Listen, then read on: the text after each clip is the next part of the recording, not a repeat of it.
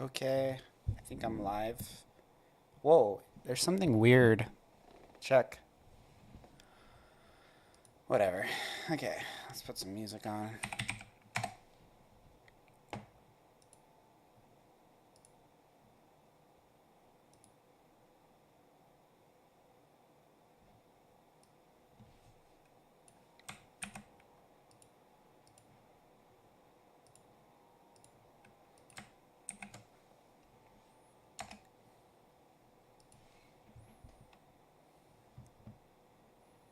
I think I'm live. Yeah, I am. Okay.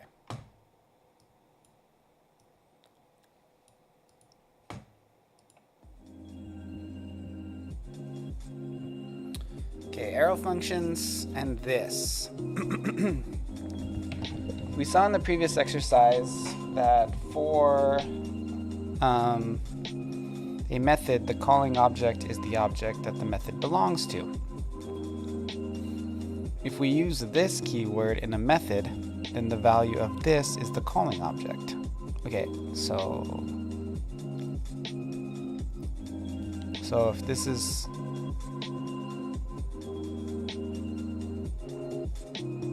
this diet type would be herbivore. Cool. This is the calling object. However, it becomes a bit more complicated when we start using arrow functions for methods. Take a look at the example below. Oh wait, yeah, this wouldn't actually work. Wait, no, it would, because it's all part of goat. But goat's not a function, right? It's an object. So goat diet would be undefined.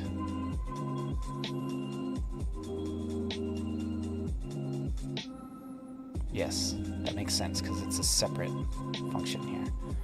In the comment you can see what the goat diet would log is undefined. So what happened? Notice the diet method is defined using the arrow function. Arrow functions inherently bind or tie an already defined this value to the function itself, not to the calling object. Yep. In the code snippet above, the value of this is global object. The value of the function itself is not the calling object. In the code snippet above, the value of this is the global object. Yes.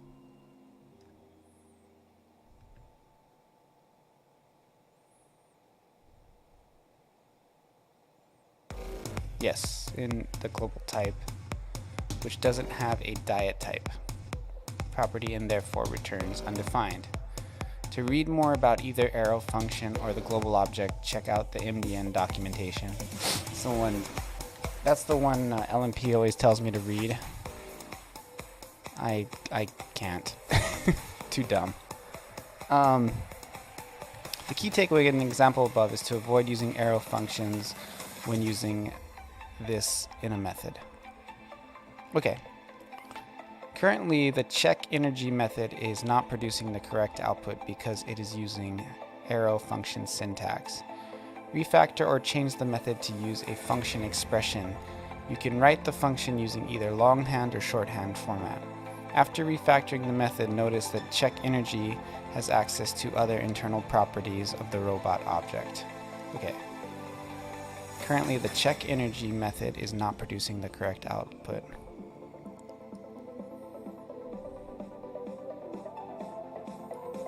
Because it is using the arrow function syntax. Refactor or change the method to use a function expression. Okay, so the function expression is just equal, right? You don't need the arrow, the fat arrow. Is that right? I think. No, syntax is wrong. Check energy. Oh my gosh. Dude, I was just in the stream watching all the monologues. Hi guys. I really appreciate I appreciate that, Danny. I was literally just in that and then I started streaming. Hi guys. So welcome to my channel. This is a game development channel. Thank you for the thank you for the follow. Vegeta launched Final Flash. I'm a Dragon Ball fan, you know, like y'all. Been watching Geekdom since he had 4 digits in followers. Wow, thank you, Majestic Duelist, for the follow. I'm working on a video game that I'm kind of making myself. I've been doing it for about a couple years now. Was a web developer before that. I'm still a web developer, but that's my background. I was enjoying the stuff about Gohan and all the Dragon Ball Z arcs and all that, and I don't know if you guys remember, I was literally just in chat like maybe 10 minutes ago. So really enjoyed the stream. Calamus, thanks for... Here, I gotta bring up my Twitch dashboard because it's getting so intense.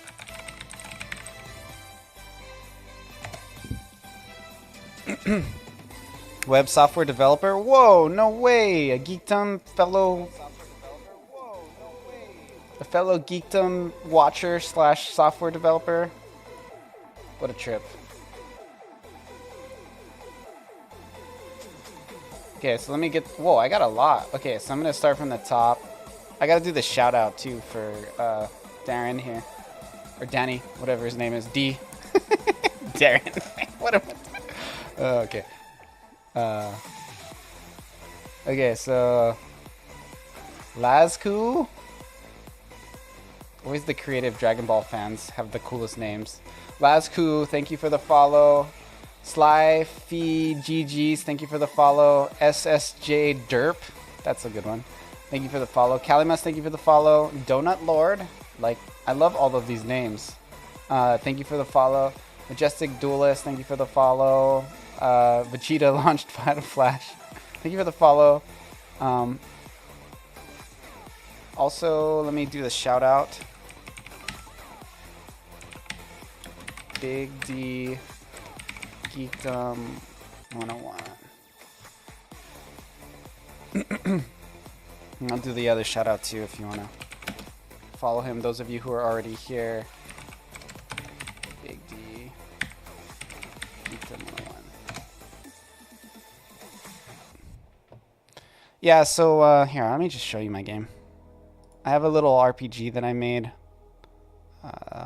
It's like turn-based, kind of retro. Put my guy right here. Now this isn't where you actually start in the game. Oh, thanks SSJ Derp. I was actually kind of in the middle of converting it into a non-fat arrow function. That's why, like, I just kind of, I literally pushed delete and then I got the raid and then I I know it's not right.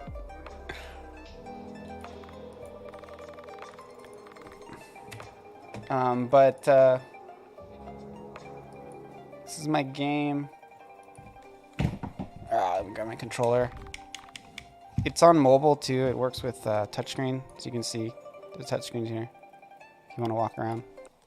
And you know, you can walk slow and run, cruise around.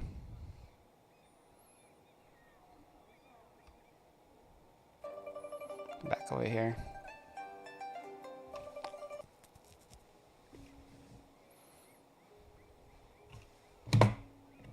Sorry. Turn up. Based on Maui? It's actually not, but it does have like a lot of beaches. It's a fantasy setting.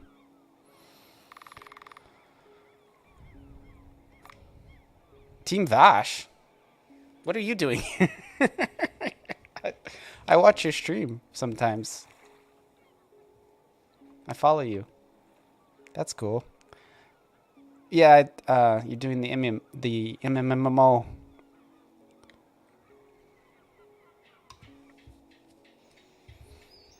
You always got the filters with the flowers. And yeah, this is a single player game. If I run into the slimes, you have to fight them. But yeah, it's analog, which I just implemented that recently, so that's kind of cool. But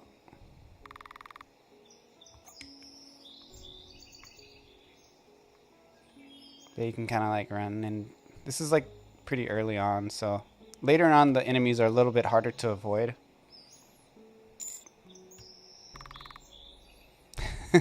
Single player, huh? When you converting to MMO?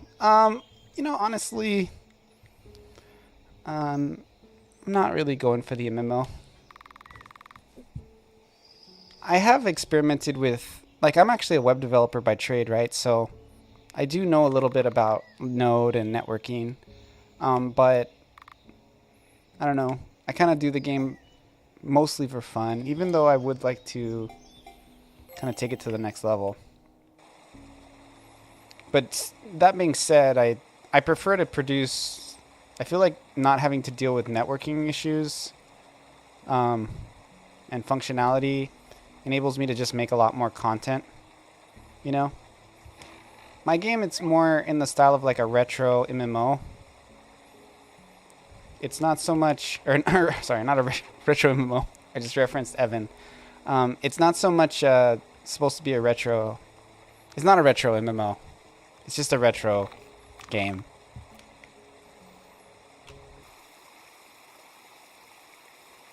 This is a save point. Artwork is really well done. Thanks. There are some things that, you know, I always kind of try to fix up a little bit.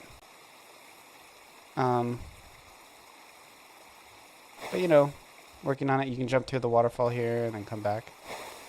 It triggers the boss when you walk up to this. There's like a little guy behind the waterfall. I'm not sure if I could beat him.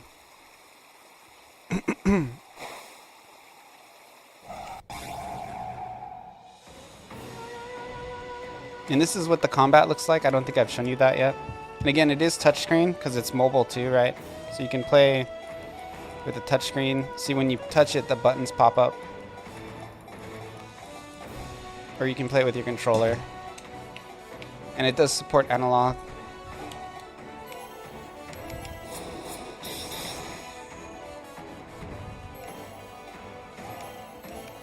There's like action buttons. You have to push the button to charge up your ability. That's like the most Dragon Ball thing in my game. Actually, this part is pretty Dragon Ball. You can tell I'm a fan.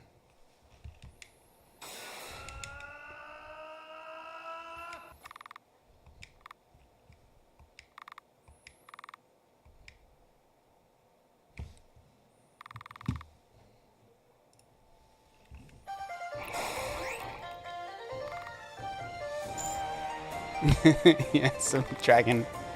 Thanks, Calamus.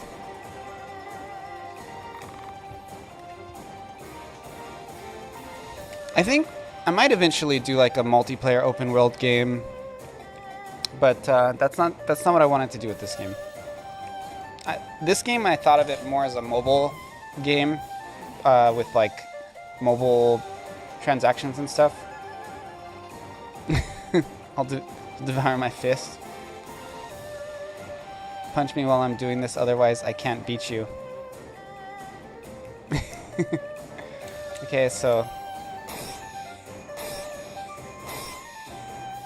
And there's like, probably each character, there's like 11 characters. They all have around 12 attacks right now, maybe like a little more. Oh my god! Oh wow! I just dropped in to kind of like hang out. Adam, dude, you gotta find somebody else to raid. I don't know. I try my best to just stream and have like 3 people in here. It's kind of my goal, you know, in life. Just stay low key. I can't take the pressure. I'm folding for sure, dude. Thanks for the raid, Adam. I think one of the reasons Adam likes to raid me is because he knows if he just comes in and he just has, like, when he has to run, you know what I mean? He'll raid me, and then he knows that I'll be like whatever if he just like jets, right? Where if it's like somebody he doesn't raid a lot, he'll have to like say hi and stuff and all that, you know, pleasantries. But he knows I'm, you know, I'm like, raid me anytime, dude. It's not a problem.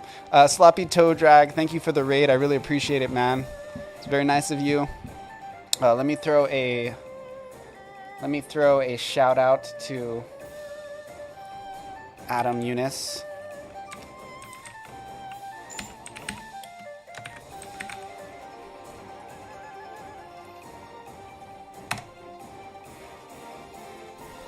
Yeah, Adam's a great streamer. I watch him a lot of times when I'm working. I really feel like he's just in general superior to me in every way. That's really my opinion. I might be able to out bench press him. In fact, I'm pretty sure I'm pretty sure I can. I could probably beat him in like maybe like a fight. Although I don't know. You never know those Australian guys. You know, but everything else he's just wholly superior. All the stuff that counts. You know? But yeah, I watch his stream a ton. It's one of the ones I lurk in while I'm working on stuff, and I'm always working on my computer, so. But anyway, let's finish this fight, and then I'll get back to messing around with Code Academy. Okay.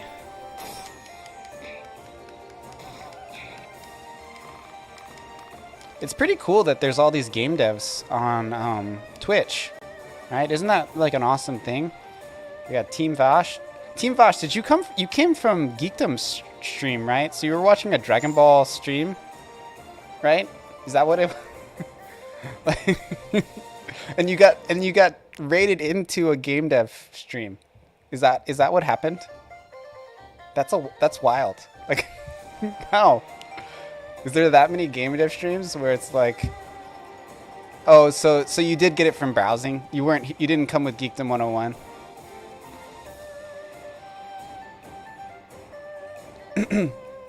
Oh, okay, cool. That actually makes more sense. It would have been crazy if you were in that Geekdom 101 raid, and then you showed up here as a fellow Twitch game developer and also showed up. That would have been wild. That would have been too much. That would have been too much coincidence. I would have been sus. By the way, I'm super old, and I teach kids like twice a week. I teach them how to code, which is kind of funny because if you watch my stream, like there's a lot of better programmers out there. But basically, I had this kid, right? Let me turn the volume down on this a little bit. And he...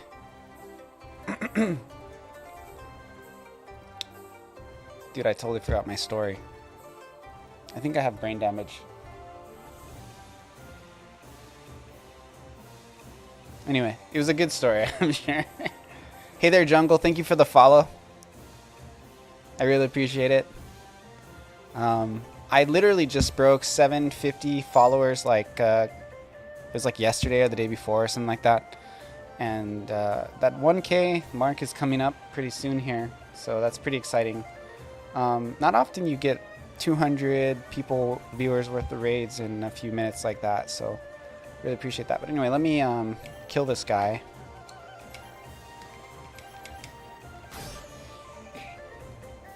By the way, if you want to check out this game, and you have Android, the Android version. Yeah, I was talking about the kid that I teach coding. I teach a bunch of kids how to code, and I think it's funny because I'm not the best programmer. I'm pretty good, but I'm not like the best. But I don't remember the story related to him. There are like a lot of stories I could tell about the weird things that middle school kids do. Like that's an unending list. I find them actually pretty entertaining, if I'm honest, because they're so weird and so unfiltered yet so insecure. It's like yeah, I think I'm gonna lose, dude. Yeah, I fucking lost my own game. Yeah, because I'm really good at it. The reason I lost is because I didn't really do any grinding, and then in addition to that, I got kind of a bad roll. What engine do I use to code? Well, I mean, most people don't really code in an engine. Maybe you could think of it as coding in an engine if you're using an IDE. The engine that I'm making this game in is RPG Maker MV, but I code in an editor called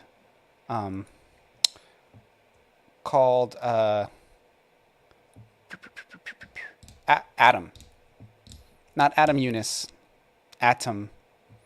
It's like an open source code editor that you can publicly shows the source code if you want to make a. I'm using RPG Maker MV. Here are some of my plugins, some of which I even made, some of which people in the community have made. But I basically use JavaScript. I'm a web developer by trade, so I was somewhat familiar with JavaScript, kind of, sorta. When I started doing RPG Maker, my JavaScript level like stepped up. Time to upgrade to Unreal and go full MMO. I think you got that covered. I think you got that covered. You do it. Um, I like RPG Maker because it's if I want to do a solo project, it doesn't change much. There are still people making games with versions of RPG Maker from 2003. The same can't be said with a lot of other modern engines. Nobody's producing commercial games with, the LTS version 5 of Unity. That's unheard of. Unreal 5, but I'm a noob. Yeah, so Unreal 5, I follow Unreal, and I think it's amazing, and it gets more amazing constantly. But to produce all those assets and the scope of something like that, I feel like it's more something for a bigger production. Not kind of what I'm doing. I wanted to just put something out, and I really just wanted to make a retro game. Like that's the style of game I wanted to make. I didn't really want to make a 3D game, right? So uh, Unity has a great marketing team to have tricked so many people into using it. I know what you're saying. I know what you mean. I know how to use Unity pretty well. I've probably put out like 5 or 6 small games in Unity. I've taught Unity classes, so I know a little bit about it. I'm not against Unity. I don't really think Unity is really super viable for a long-term project, because the updates just cause too much back work. Unless you're able to produce something really fast or you have a big team, I don't really think Unity is like the best choice for most things. If you're going to do a 2D game, then I'm like, why not use Godot? And if you're going to do a 3D game, I'm like, why not use Unreal? You know? And Unity tries to do both of those things. And I just think, why not just do one? Because really Unity is a 3D engine. It's not a 2D engine. And I don't know. I'd rather use Godot or Game Developer or obviously RPG Maker. One of the earliest big projects I was building, Unity is the best in the world at doing everything poorly. I, I know what you're saying. I know what you're saying. I think Unity, um, I think Unity does have some things that it's good for. If you were wanting to make a mobile game, right, in a very short amount of time, like in a week, and you had that kind of certain deadline, and you wanted to use like basically a pre-built game to produce your game, I think Unity is probably the best choice.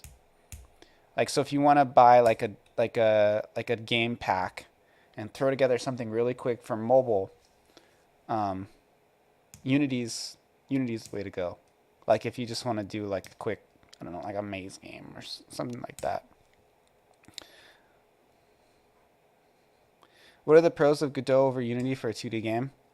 Uh, I would say the first one is that it's open source, so you can see all the source code. That's probably the most important one to me. Trash assets is a marketplace to people who delude themselves into thinking that they are going to use any of it. It's a lot like buying games on Steam sales. Wow, dude. You're brutal. You're more brutal in text form than on stream, I feel. Yeah, maybe it's like the flowers on your head with your filter, but I just it's like Mortal Kombat brutality in here. There was a project I read about. One of the earliest big projects was building an MS. Uh, One of the big projects was building a web app to replace this archaic command line MS-DOS program that the Salvation Army was using to keep track of food and clothing aid applications. That's cool. That's great. That sounds like more valuable than anything I've ever done. Um, okay, so what's the pros and cons of Unity over a 2D game? So let's talk about Unity versus Godot. So Godot's open source. That's a huge one, right? So you can see all the source code. Unity, the editor actually has things that you can't see, so you don't really know what's going on. And even if you build your game, the exported games, there's things going on that you don't totally understand, and that just makes me freak out. Furthermore, the updates that happen with Unity are pretty extreme. So when they'll do like the LTS like 12 to 13, 13 to 14, it's just gets crazy. Like, and you never know if your game's going to break, and it can literally kill the production of your game if you get a new update with Unity and you're not ready for it and it changes a bunch of things that you don't want, or it can throw it back a month. That's not unheard of at all for a game to be pushed back a month because Unity changed something, you know? That's I can't even think of a long-term project where that hasn't happened, of the people in the community that I talk to. You went to pee and oh, dang, dude, it's too much chat in here.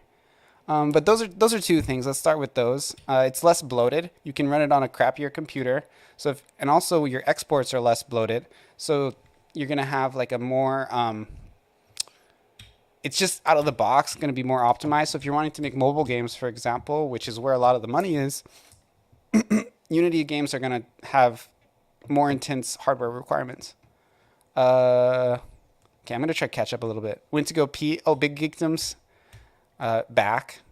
Danny's back. And talk to your friend. It's okay if you don't have friends. Yeah, dude.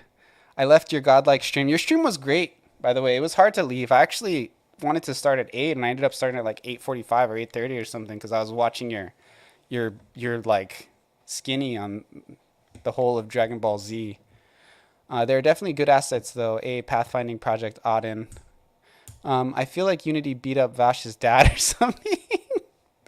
But what did Unity do to you? Check Steam library, sees 200 games I bought on sale that I've never played. Yes, I see. Yes, that happens to the best of it. Yeah, dude, you could probably post that rant or edit it down and post it right on your Geekdom channel. I think Geekdom, we're in the future. I feel like I see a clips channel in your future for YouTube, like a separate clips channel, like a lot of the other streamers are doing. Then you'll really start getting those Twitch views, boy. No, not a clit channel. I'm not talking about female anatomy. Clips. CLIP. You know, like what you went to do.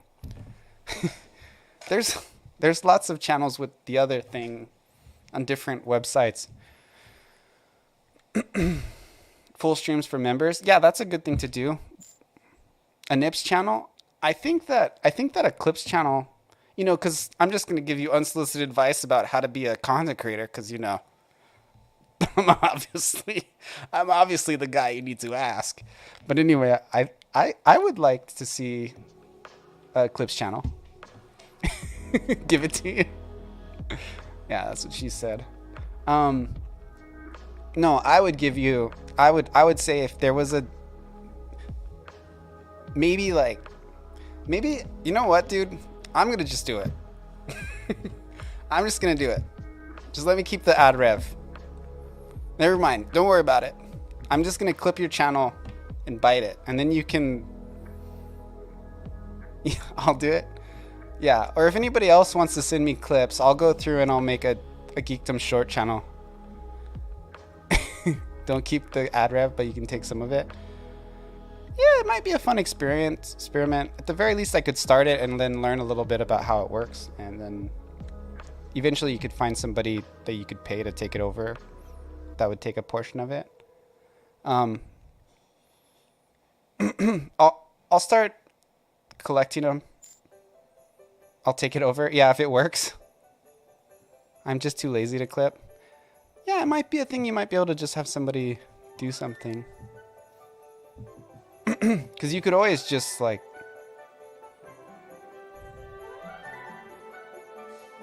when was the last time I watched... Well, Team Vosh... Big Geekdom is a decently sized YouTuber. I know that you guys are too. Both of you guys are. But he has about 800k followers. But his community is like... They're intense. Which I would say I'm part of. It's the Dragon Ball Z fans. Dragon Ball... general Dragon Ball fans. Vosh has a cute face. Have you seen Vosh? It's no Team Vosh. Like, let's... It's no Team Vosh numbers. But you know, he's a full-time YouTuber. No, Vosh is, well, usually on stream, it's Team Vosh is 2 people, but usually on stream it's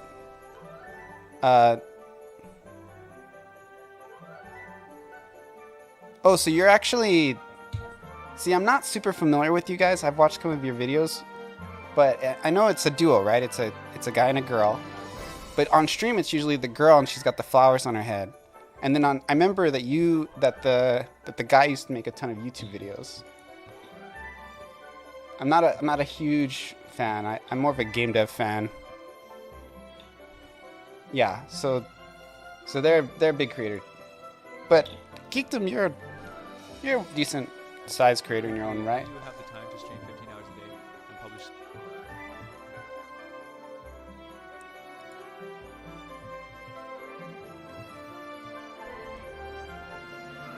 Yeah.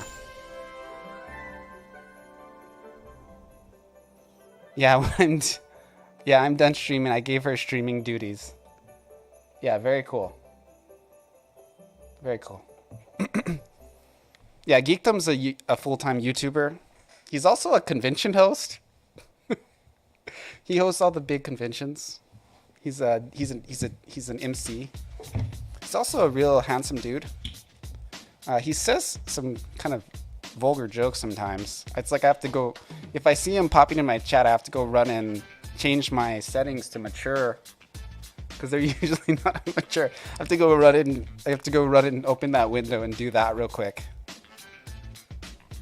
How many views per video? Just look. Are you talking about Geekdom?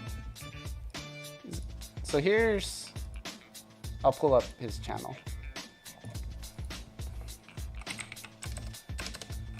I don't know. I'll just Google it.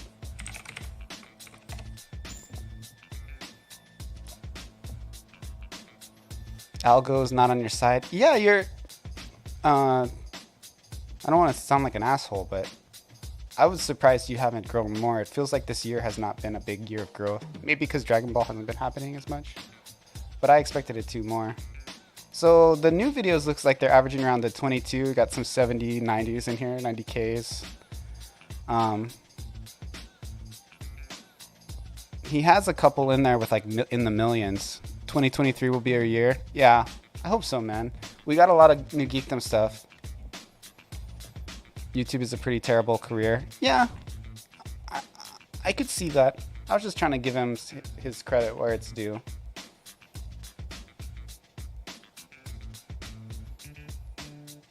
It's really just you gotta find ways to, you can't rely on ad revenue.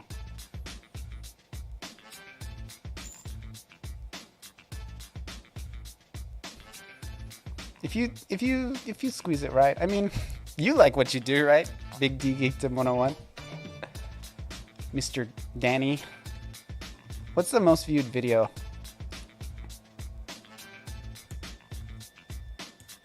You hit, next year I'll make more.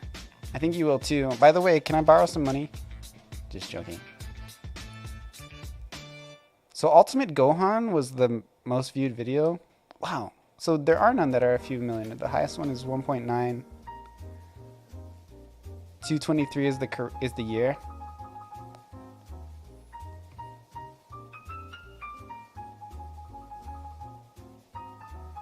Stop loving it. Yeah. I saw your video. Your game died. Yeah.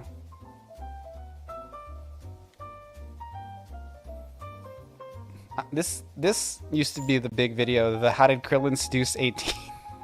It's like all the weebs, all the Dragon Ball weebs are like, how did Krillin get Android 18? I remember when that was the top video. I thought it was so funny. It's a good video. It's funny. He has like a female guest Dragon Ball fan on, and they're discussing why Krillin was able to score. I think Android 18 is the hottest girl in Dragon Ball. That's my opinion. I like the feisty, mean ones, I guess. Maybe it was Trunks with the female guest. Hotter than young Bulma? I Young Bulma's like a kid to me. I'm at 40. Well, I'm like 39. I'm like a man. You know, like I'm attracted to women, not girls. You know, so if a girl was acting like Bulma, it would just remind me of like my niece or something. So it's not really my thing. And it's not that I mind women that look young. Like I like that. It's more about I'm not attracted to girls who act like kids. I actually kind of think I'm more attracted to older Bulma. If you want me to be honest. And of course, Bulma's mom. The smoker. Gross. Also, there's Marin, who was Krillin's girlfriend before Android 18, who is also quite hot.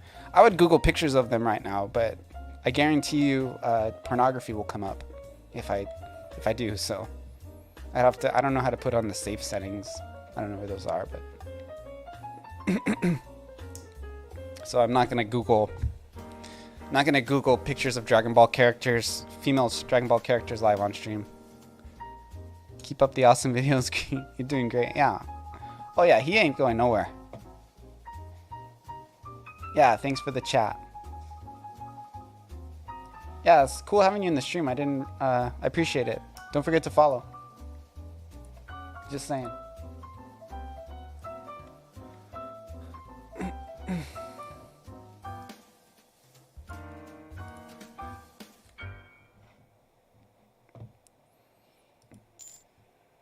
Fasha's huge on Twitch.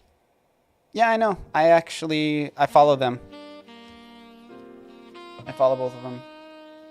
I think they got like 70k followers or something, 60k followers, something like that. It's a pretty good stream too. I enjoy it. They got a lot of personality. It's good stuff. 65k. Yeah, I just pulled it up after I was asking, so I could get the right number. 65.8k. It's really surprising to me that you don't actually have more viewers.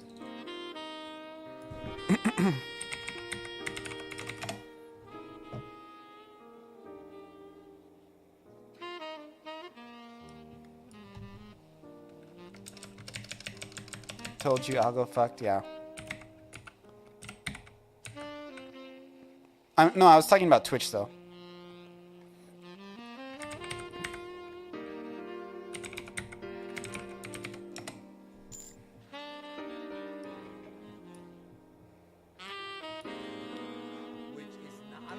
Actually, 11k is not bad. You growing. You growing. Do you ever think you'll do a collab with Star Wars Theory on? Because since he's been doing some Dragon Ball stuff, is that coming up in the horizon? That'd be fun, especially when Star Wars starts getting dried up again. You've been on. I know you've been on Nerd Theory. That's why I'm asking, because I'm a real fan, sorta. You were there when Luke Skywalker. After Luke Skywalker popped in, we got plans in the future, maybe. That would be cool, because you and him are probably the two content creators I watch. No, you mean there? Yeah. You're talking Star Wars?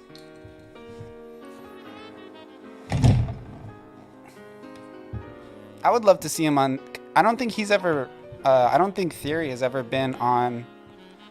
No, I know you do because I watch your other channel, but I don't think he's ever been on your channel, right? That's what I would like to see, since he is a Dragon Ball fan. I would love to see a video comparing characters in Star Wars and Dragon Ball, because there are a lot of. Well, you do actually have a video about Star Wars references in Dragon Ball, right? Let me look it up. Not yet. Yeah, that's a great video. That's a gold. That's a home run. Didn't do well, I think.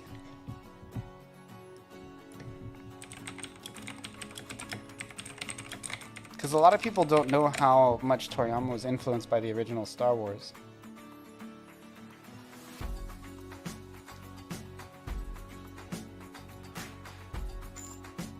You have one called What Can Dragon Ball Learn from Star Wars? There's a bunch of other people who made other ones.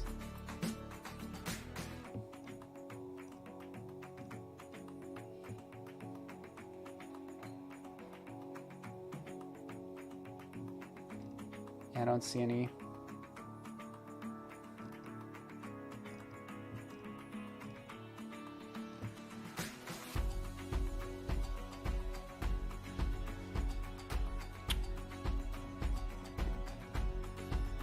That one didn't do well.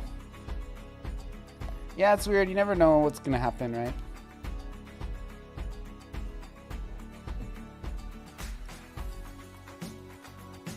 I don't even, like, I have no place to suggest, like, what will do well. I just know what the video I would want to watch.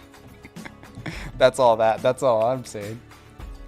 That's something I can have some insight on. Just gotta throw it out there and try. Yeah, I've been posting videos on YouTube, but I still am in the hundreds. So, you know, but I'll get there. I just post like tutorials on how to make games and stuff. It's been pretty fun.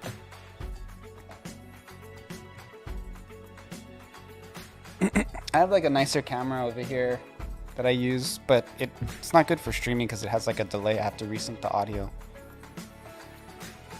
when I like, I wouldn't use it for streaming because that's too much of a hassle if the audio's not synced. Where with this webcam it syncs perfectly. And also too, like, sometimes there's like light outside, and you have with the nicer camera you have to always adjust the settings for the light if it changes.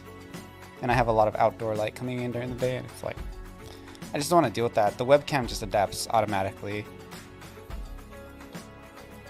Okay, so I might just do some code like I'm actually supposed to do now. Those of you who are wondering if this is an actual game dev channel, it is. Let me just pull up.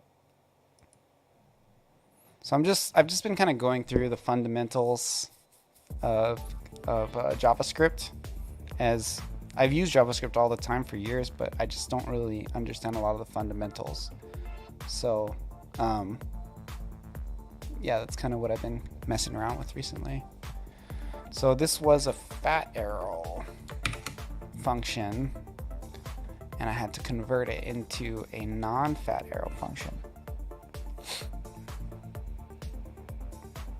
Oh, no, that's wrong. Fat arrow is here.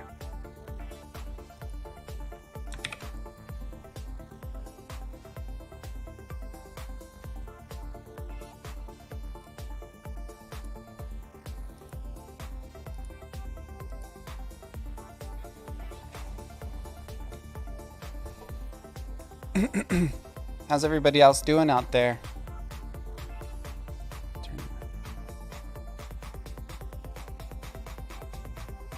Dang, I got a ton of follows just now.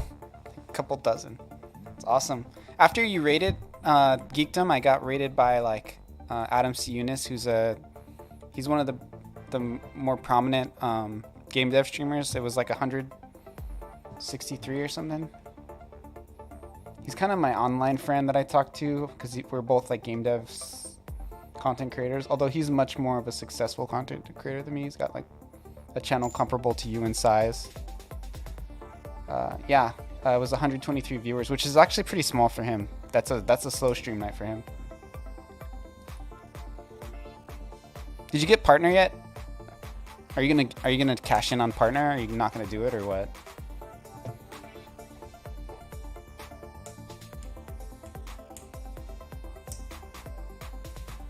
Can't be partnered. I understand, as I've researched it, there are a lot of reasons to not be partnered if you don't want to be. Especially nowadays. Like, there's no financial incentive to be a partner.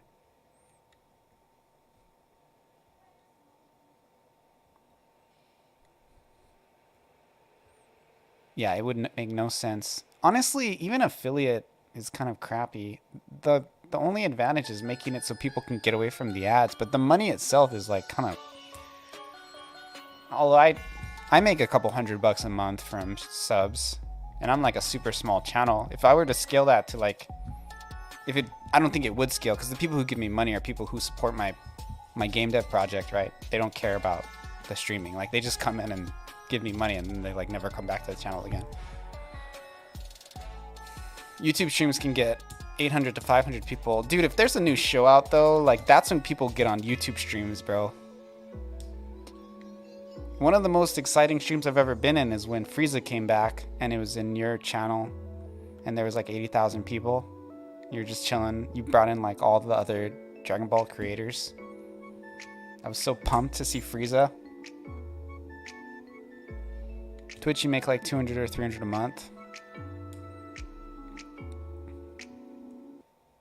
That's it. Yeah, so it's like, even though you're a content creator, you make like a comparable amount from Twitch to what I make. But from when the new show starts, I'm gonna be in. Yeah, I think so too, man. I'm excited for you. By the way, dude, if you ever come to Maui, let me know. I'll show you around.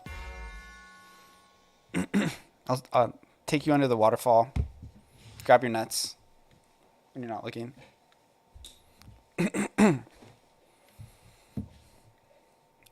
But if you ever do, for real, there's like conventions and stuff out here. Like we have a convention on Oahu that I normally do when I present like my games and stuff.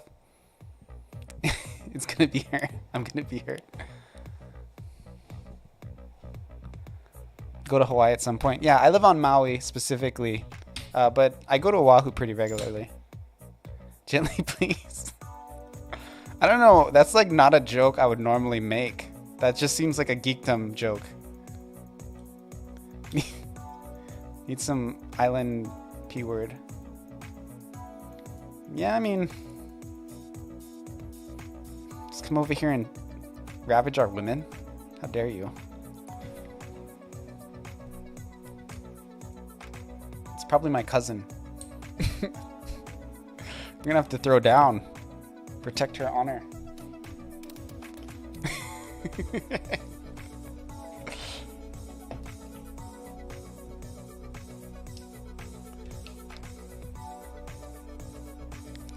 But yeah, I mean, I go to California a lot myself. I have a lot of family there. I'll probably go to Vegas a couple times this coming summer. I've been kind of applying more to do speaking at cons and stuff. I used to do that a lot.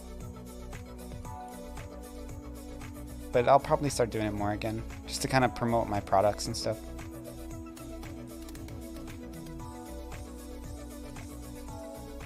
Do some TikToks of the RL.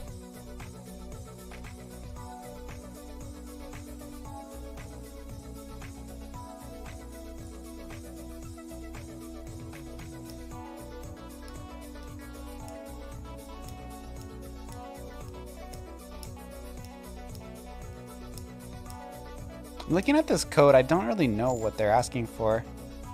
Doing a con in April? Where? Maybe I'll come. I wanted to always go to a Dragon Ball con, or even an anime one.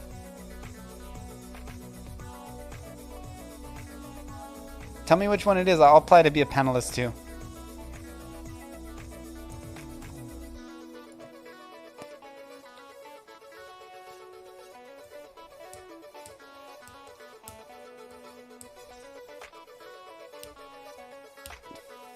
Fayetteville Comic Con?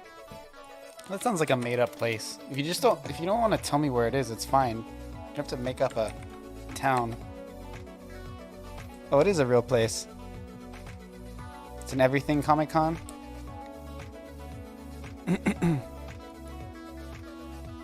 2 days. Where's the website? No, not the Facebook.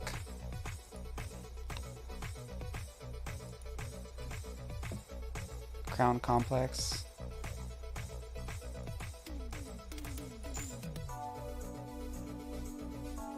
That top one. So go to the Facebook.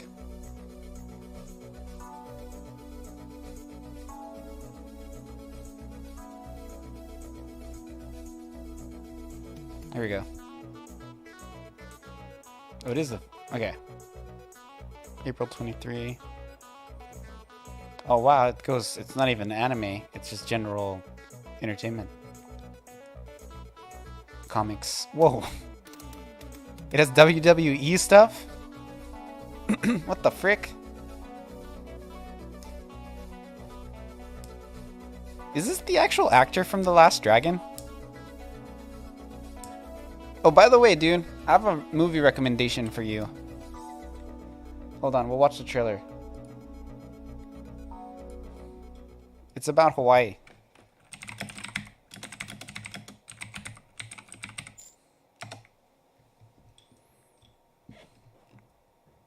So this is here, I'll talk more about it after I show you the trailer.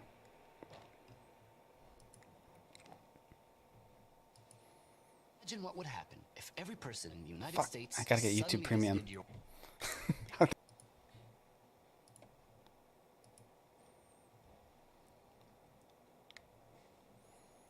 And a better connection, apparently. What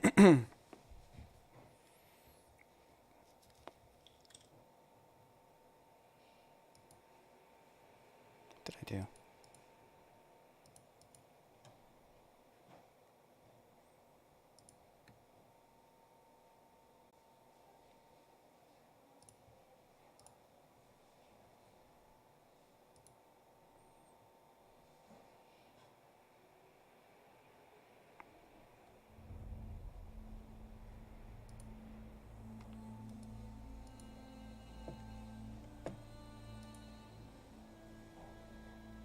Sorry. We'll start over.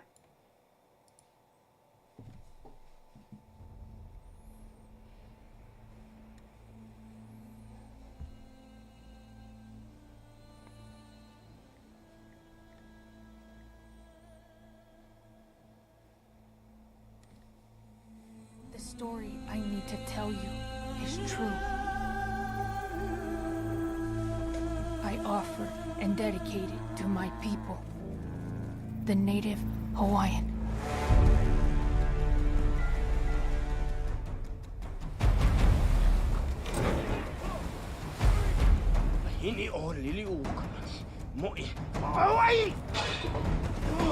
We don't speak that shit.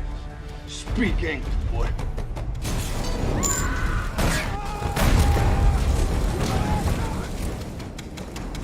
You are to shoot on sight, regardless of weapon, gender, or age. Mai ai ka ina I loko ko uwai ka ukikan. E le ku ana. Ya la ko ua maki no ka ko. Ya la ko ua maki ke iaina. Call out knows this land. I wouldn't underestimate him. Yes, well, you're the firepower and the numbers. Where is that leper bastard?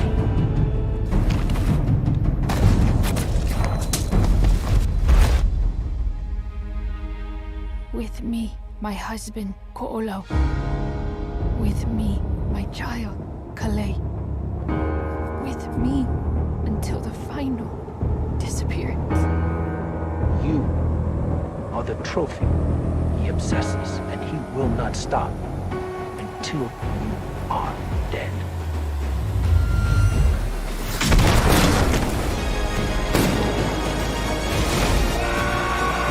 Hold up.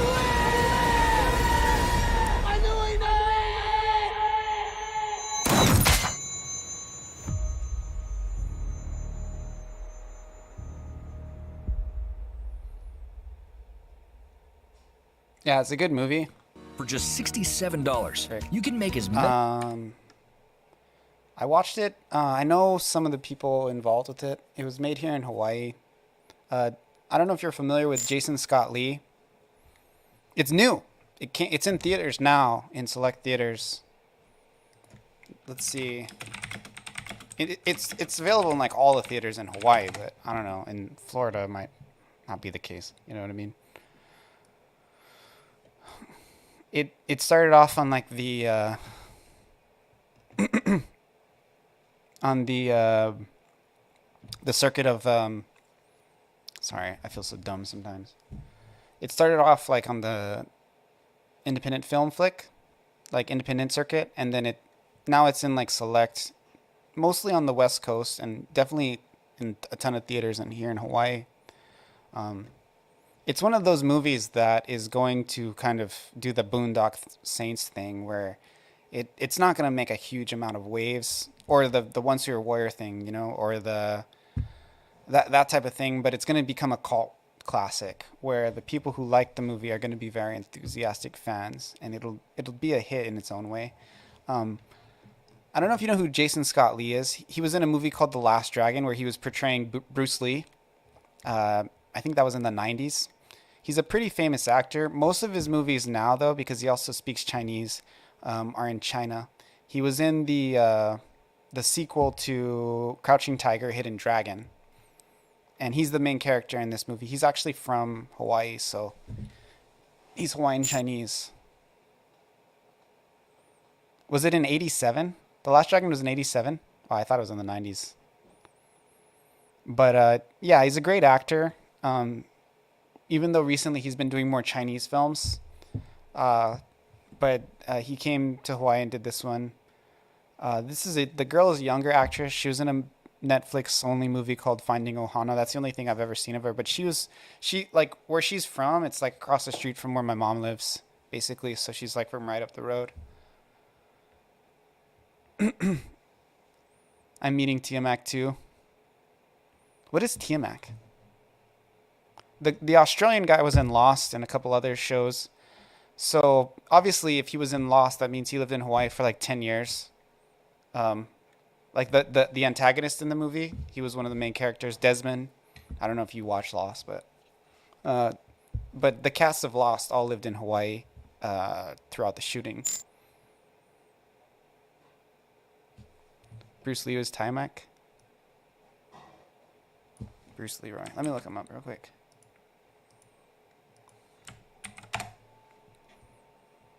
Oh, this dude. So this is the guy who plays the marshal, yeah? I actually am not familiar with this character.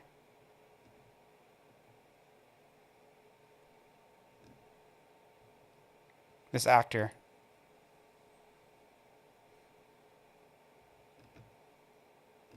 Oh, this guy. The Last Dragon. Okay, no, I'm not thinking of The Last Dragon. I got my names mixed up. I'm not thinking of Tiamat. I'm thinking of this movie. What is it called?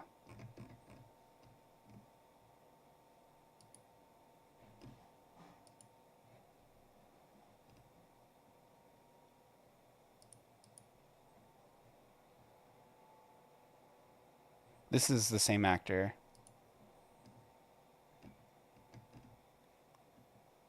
Bruce Lee. Yeah, no, that movie was sick too. Here, this will tell me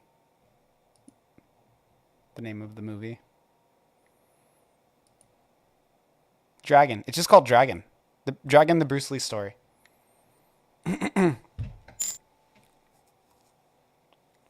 Yeah, I'm sorry, I made a mistake. Good thing I don't have your job. I would like everybody would get on me for like misspeaking all the time. But yeah, Jason Scott Lee he portrayed Bruce Lee in Dragon, the Bruce Lee story. He was in a bunch of other, he's a decent martial artist, so he's been in a bunch of martial arts movies. Sometimes it's kind of like a smaller character or whatever, but this movie is super good. And it really shows something in Hawaiian history that a lot of people don't know about, you know.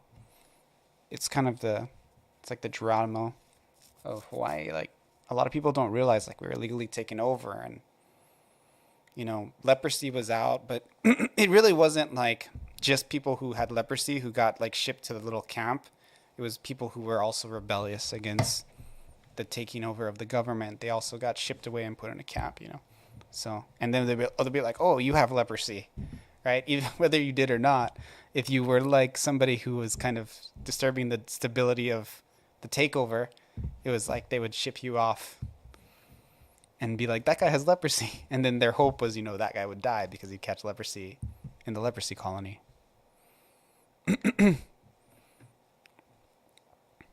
Yeah. Bruce Lee's story was good, but Jason Scott Lee is a good actor. He's a legit actor. Like, he could be in whatever movie. But yeah, he was in the sequel to Crouching Tiger, Hidden Dragon as the antagonist. But yeah, this movie, I saw it. I'll probably go watch it again. I was really impressed. I know you're kind of into like indie flicks and stuff, so I highly recommend. And if you would ever consider doing anything to help the movie, give it a little bit of more visibility. The indigenous community here in Hawaii would appreciate that. That is wild, yeah. It's not on streaming. Let's see where you can watch it.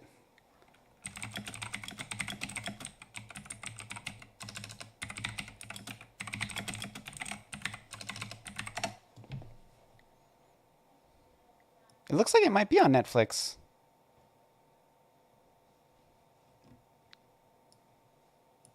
Amazon Prime. Maybe it's just showing in Hawaii because, it's done well. It's not like super new. Like, it's not super new. It's went through the full circuit of independent film festivals and all that. So it might just be that they showed it in Hawaii because they realized like people would want to watch it in the theater, which, I did. And a lot of people have been here, even though it could still be out on streaming, but we just as in Hawaii, we want to support the films about our culture, and our history. So, yeah, looking forward to that Geekdom, World of Geekdom, Wind and the Reckoning video. Thanks for doing that.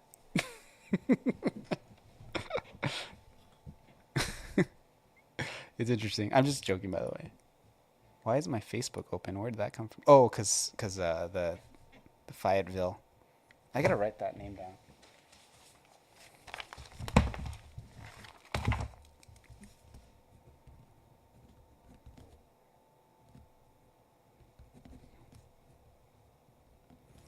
Did you watch Black Panther? Did you like it? Gotta do it first? Yeah.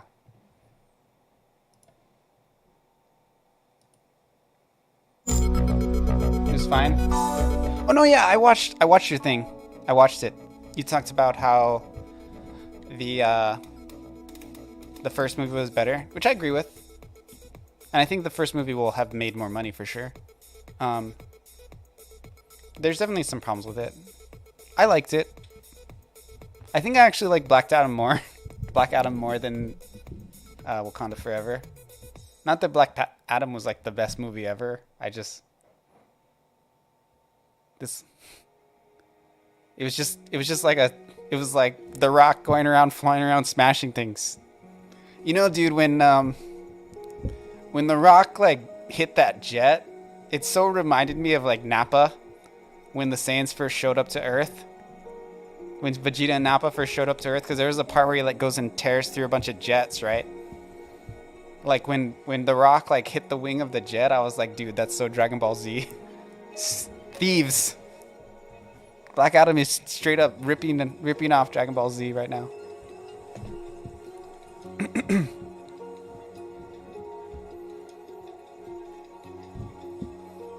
I think probably that's why. If you're a Dragon Ball fan, you probably like Black Adam more because it is kind of like a Dragon Ball show.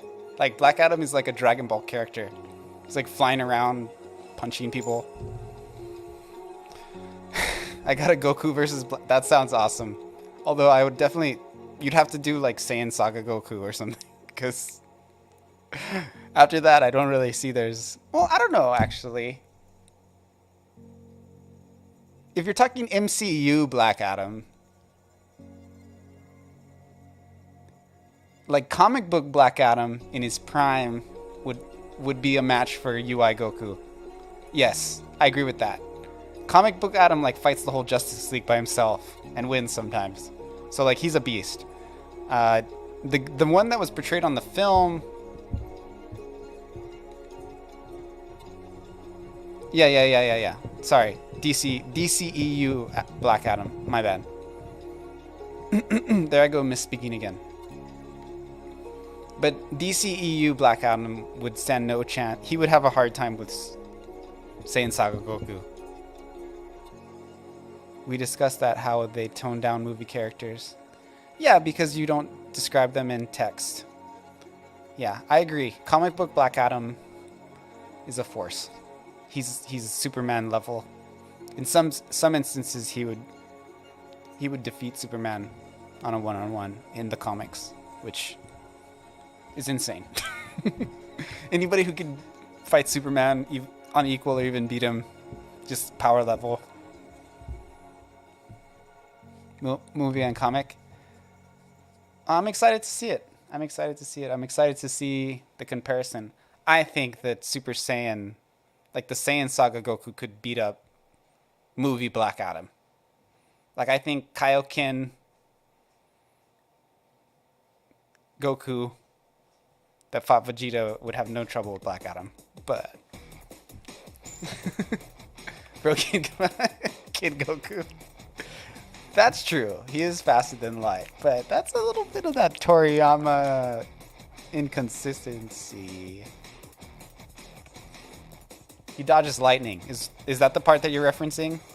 Is that why Goku is faster than light, because he's able to dodge lightning? Lightning's not faster than light, but it's close. Because there is a part, there is a part where he dodges lightning. I remember that in Dragon Ball.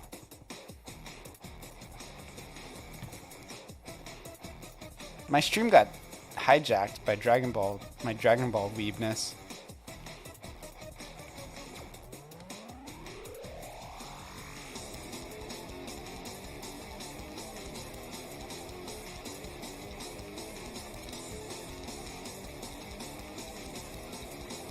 Oh, I remember that.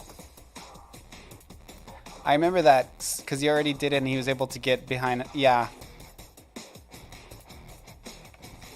You don't think they could make an argument that he just kind of anticipated that he was going to do the move? And he kind of started moving early?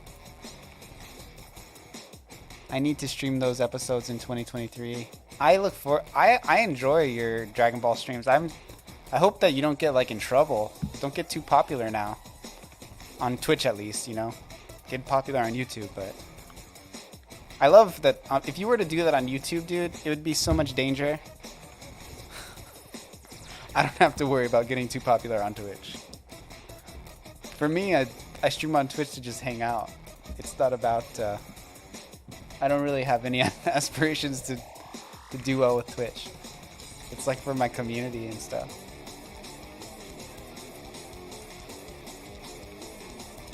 I actually went through a period where I made a bunch of Dragon Ball videos. I made like a bunch. I made like 4 or 5, and then I stopped because I got like not even 100 views or whatever. Here, I'll show you. It's kind of funny. It was during the. It was right. I decided to do it right after. Here, I'll show you. I still have the channel. It was during Dragon Ball G Super Times, right before the Tournament of Power. I think I made a video talking about Trunks versus Ultimate Gohan.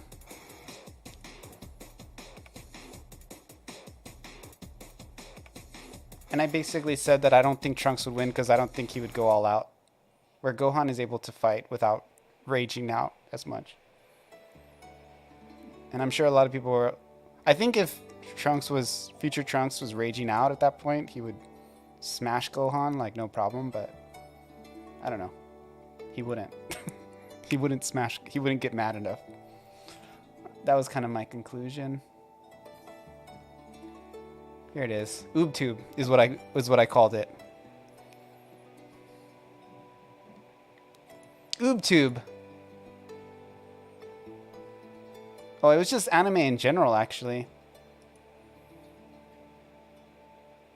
I made one about Frieza.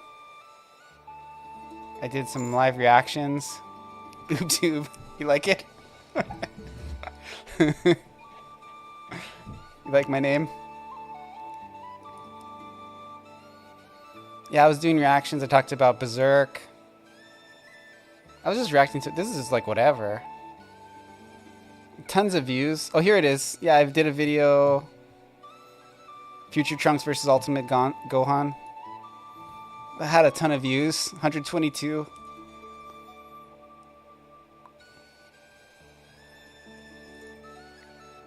And then I made one about Frieza coming back. I was so pumped, dude, when Frieza came back. I think as an adult, that's like the most pumped. As far as Dragon Ball Super, like that was it. That was the most exciting thing. I was more excited about... I was more... Like, I loved the Broly movie, but I was more excited about Frieza coming back than like anything entertainment related as an adult. Like, I haven't been that excited about something since I was like a kid. I was so pumped when Frieza first came back. It was just so awesome.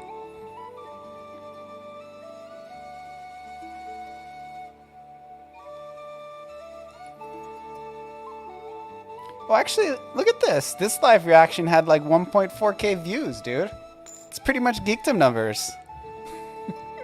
That's a really, really, really, really, really, really, really bad geekdom video.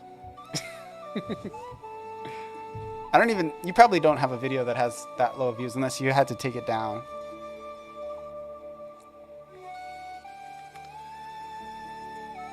Am I gonna return to OobTube? Maybe I will start doing videos on Dragon Ball again. If I did, I'd have to do it in the format that you do in World of Geekdom. Why, you want to take my name?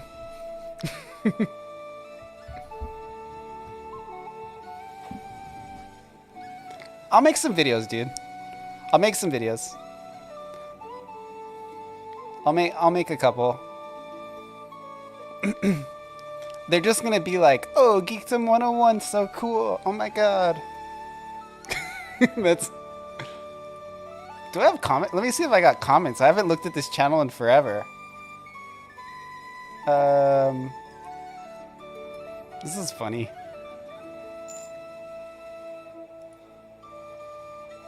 No, not one. Oh, that's funny. Not one freaking comment.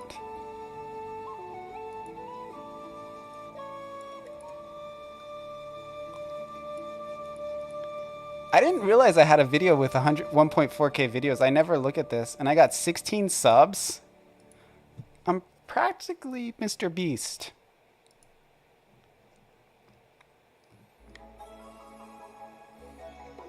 I think I'm going to make this a real general channel. Just like whatever.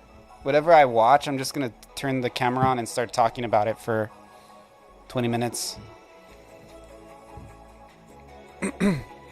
Hop back in 2002. I will. I'll make more videos. It'll be like similar to your Geekdom 101 channel or your World of Geekdom channel, where you just come on and you like we'll play like a trailer or some B footage and you'll just give your review over it. Obviously, I'm not. The way you do it, it feels like you do it in one take. I'd still probably have to edit a bit because I misspeak all the time, you know. Hey, look at that! Another big content creator in here, Pixel Overload. I was showing Geekdom here, one of my old channels where I started making Dragon Ball Z, Dragon Ball content, and it's got 16 subscribers. It's a really big one. Let's do a shout out for Pixel Overload. Any of you guys want to learn how to do pixel art?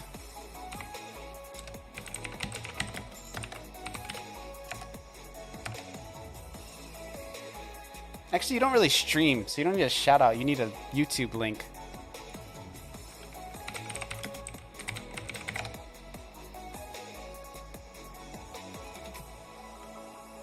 Yeah, this guy doesn't make video. Whoa, what is it? What? There's a new video.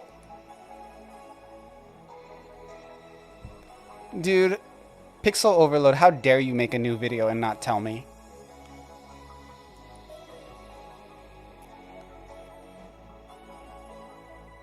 Okay, we're gonna watch this video. My bad. That's awesome. You made a new video, dude. Stoked. Trees. I'm so excited to watch this. We're gonna watch it right now. Let me share your channel in case anybody wants to.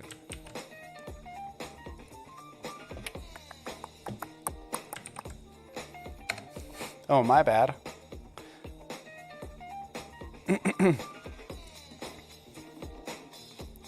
The first video in 9 freaking months.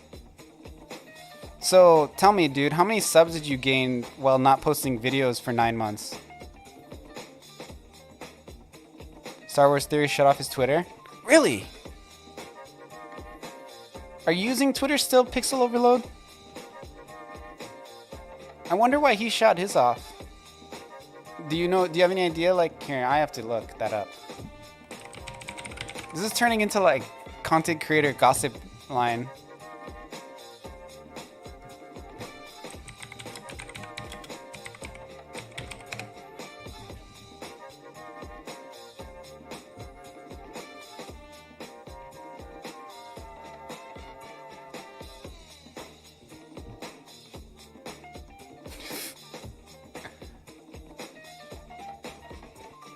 Star Wars Theory fans aren't toxic. We've seen a lot of deaths recently. Kevin Conroy, Jason, David, Frank. But if Kathleen Kennedy was to just die, I'm okay with that. It's not because of Star Wars. You have no idea how... Did he shut it off because people were talking about Kathleen Kennedy dying? I mean, to me, that's just like you just... At the very least, you just ban that person and then move on with your life.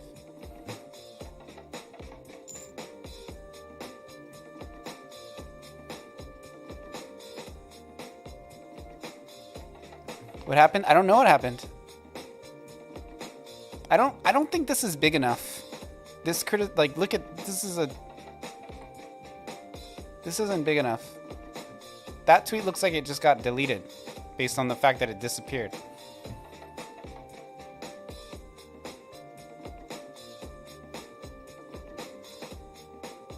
Oh, this guy hates Star Wars Theory.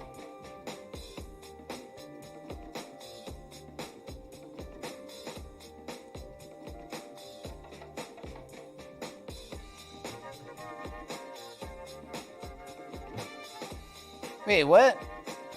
I don't understand what's going on. Are they like talking about this live? Yeah, that I just think is so completely boring.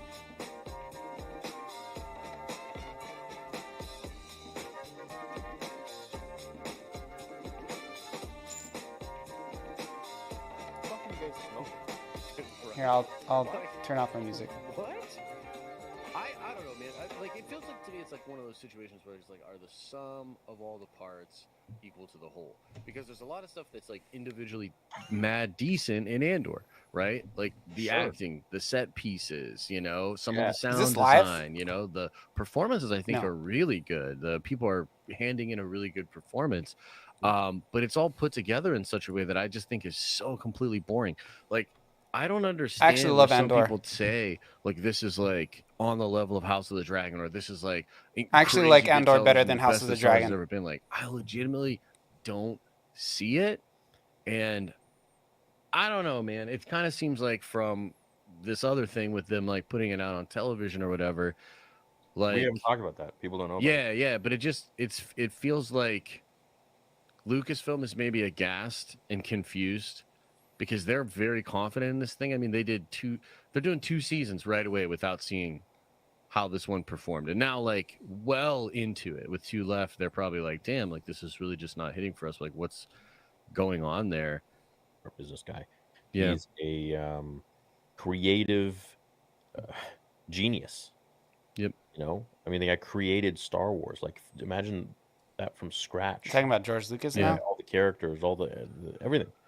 Yeah. It's like Lord of the Rings kind of thing, or Harry Potter. You know, I mean,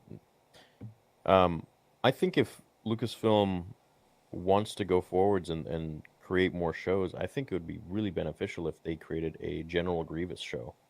I think that would do absolutely That'd be fun. amazing. They could make it animated if they wanted to, but I think even live action would Pre-Cyborg? You know, Honestly, even Grievous and sort of like the style of Andor being like just more gritty and really like focusing on his like career and like what brought him to that. Like I could absolutely see that. You know, there's I don't know. I don't think that's it. I don't think that's why they quit. By the way, I do actually like Andor more than House of the Dragon. But for me, it's just like I think House of the Dragon was really well done and the writing's good and the special effects are good. I just don't like any of the characters. That's why I don't like I like House of the Dragon, but I like Andor more. I'm rooting for Andor. Like, I care about Andor and I want him to win. In House of the Dragon, they don't have a Jon Snow character. They don't have a character that I really want to, like, win. So I'm not invested in the outcome of the story. I don't care if they all die. Like, actually, that would be the best episode for me. If every single character in House of the Dragon died, that'd be, like, the best episode. Because I don't like any of the characters. Like, the last episode, spoilers. Leave. I'm going to talk House of the Dragon. The last episode of House of the Dragon of this season, they bit that kid and ate him. I thought that was the best part of the whole series. I was like, kill that fucking kid. At least now we're starting to see some things happen, you know? Like, that's how I felt. Everything else, I was like, I'm really not into this whole uncle, like, hooking up with his niece thing.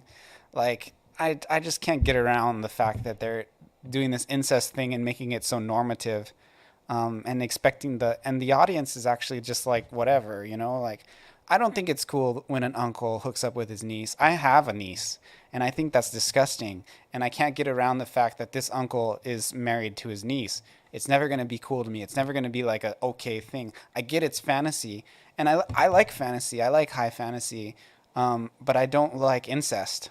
I think Star Wars took incest about as far as you can take it, with a guy kissing his sister and not knowing that it's his actual sister. That's fine. I'm okay with that. As soon as he knew it was his sister, he stopped kissing her. As soon as Jon Snow knew that Daenerys was his aunt, he stopped having sex with her. You know what I mean? That's cool. I mean, that's fine. You know, if you don't know, I don't feel like you should be held accountable. But when you know, you should stop sleeping with your aunt. You should stop sleeping with your sister. Like, just stop it. And I don't like that. And I'm never going to like a show where the main characters are all incest. That's just, like, it's never going to be my favorite show. Unless it's just people being incest and then getting bitten in half by dragons. That's what I like. You know? I don't really have a problem that Daenerys died at the end of, again, spoilers for the original show. I don't have a problem that she died. I just thought they should have done it better. Like, I like that Jon Snow killed her. She was weird. She was a weirdo. You know? And the people are going to say, well, you got to get outside of your own cultural context. Sure, but it's fantasy. Right? It's fantasy. It's supposed to...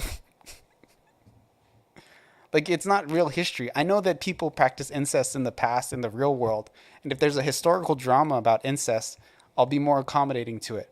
But fantasy is supposed to serve a fantasy, you know. And for me, incest is not exciting. It's just gross. It's not what I want on my television. I fast forwarded so many incest sex scenes in that show. It's like I've never used my fast forward button so much, you know, since I was a teenager. And my mom would walk in when I was watching the wrong part of the movie. You know, of course, I was watching it over and over again. But, you know, it's just, like, when I'm watching streaming, I never skip parts. But in House of the Dragon, I skipped everything. So, do I like Andor better than... do I think Andor's, like, the best show ever? No. Do I like Andor better than She-Hulk? Hell yeah. Do I like Andor better than House of the Dragon? Do I like it better than Rings of Power? Yes. I like it better than all those shows. I think it's a good show. Do I think it's for everybody? No. It's like the most not for everybody Star Wars show there is. It's a melodramatic. It's like a melodrama, you know, like, but I think it's cool. I think they should do different things. And I think it's okay if people don't like it, you know? I think you can have a Star Wars fandom and not like every aspect of the show. Some people don't like Star Wars, the Clone Wars, and some people like the sequels, and some people like the prequels, and some people like the original trilogy. I actually like all those things. I like Rebels. I like Andor. I like all the Star Wars properties except for the sequels. Actually, I don't like the sequels.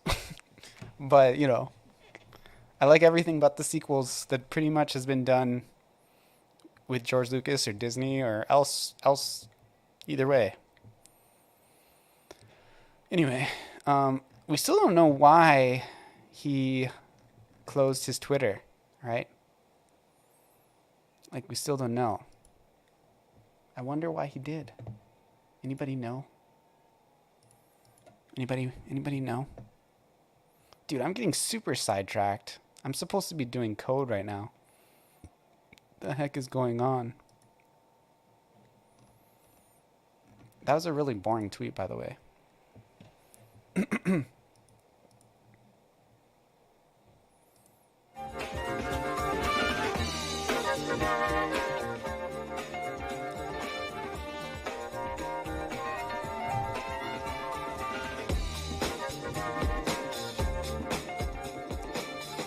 Pixel overload. Oh, I gotta watch your video. Shit. I got distracted by Star Wars drama. Okay, let's go. Let's go, let's go. Wait, this isn't it. This isn't it. This isn't it. This is it. This is it. Let's go. Let me react. Do a Maui Game Studio reaction.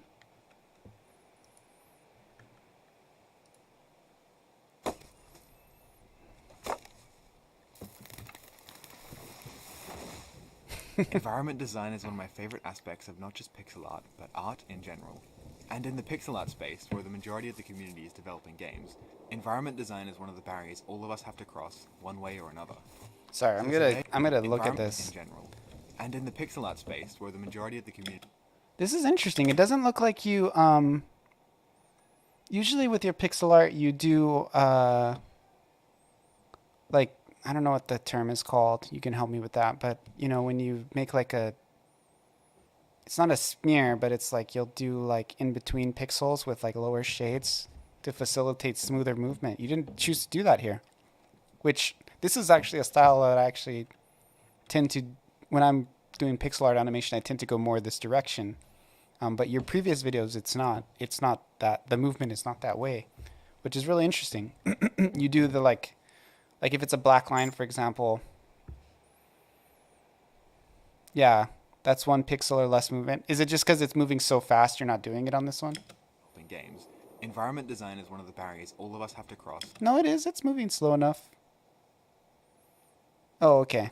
So you're just saying it would smooth it. So you would have done it if it was less of a dramatic motion? Interesting. Very cool. Very, very, very cool. One way or another. So today I'm going to show you how I go about drawing the most important element to any environment. Trees. Like I say every video, use my tips at your own discretion. I'm not a master and there is no... Oh, you do have it working a little bit with the fire there. Especially natural things like trees, because there aren't strict rules for how something looks in nature, so why should there be when we draw it? With tutorial videos, you have to decide what information you want to accommodate and what information you want to disregard. Hey man, that's some good tips. Hey, I'm making a YouTube tutorial, but I'm not God. It's like you have to remind people about that, right? Like, I'm not giving you the holy word from the mouth of Pixel God. Just Overload. Who I accidentally call Overlord sometimes. Let's talk about style. Before you draw any... Oh, that was sick. Holy crap. And what information you want to disregard. Let's... Look at this, look at this. Talk about style. Before... Okay, we're gonna slow it down. You want to accommodate and what information you want to disregard. Let's talk... Okay, we gotta do the full... See the frames. Style. Oh, it didn't even show them all. The 0.25 is crappy. It skips some frames. Let's talk about... Dude, are you drunk? You sound drunk. Okay, back to normal speed. We got some heated discussion that last time I said there was a right wrong. Oh, really? Was it me and you who got in a heated discussion? Or just like your community? I don't remember it being heated, but it might just be that's my baseline.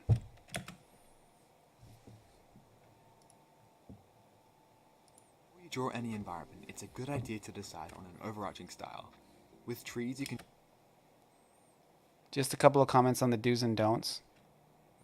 Yeah, I mean, you know, I say stuff that's just really, you know, it's like you're writing a persuasive essay.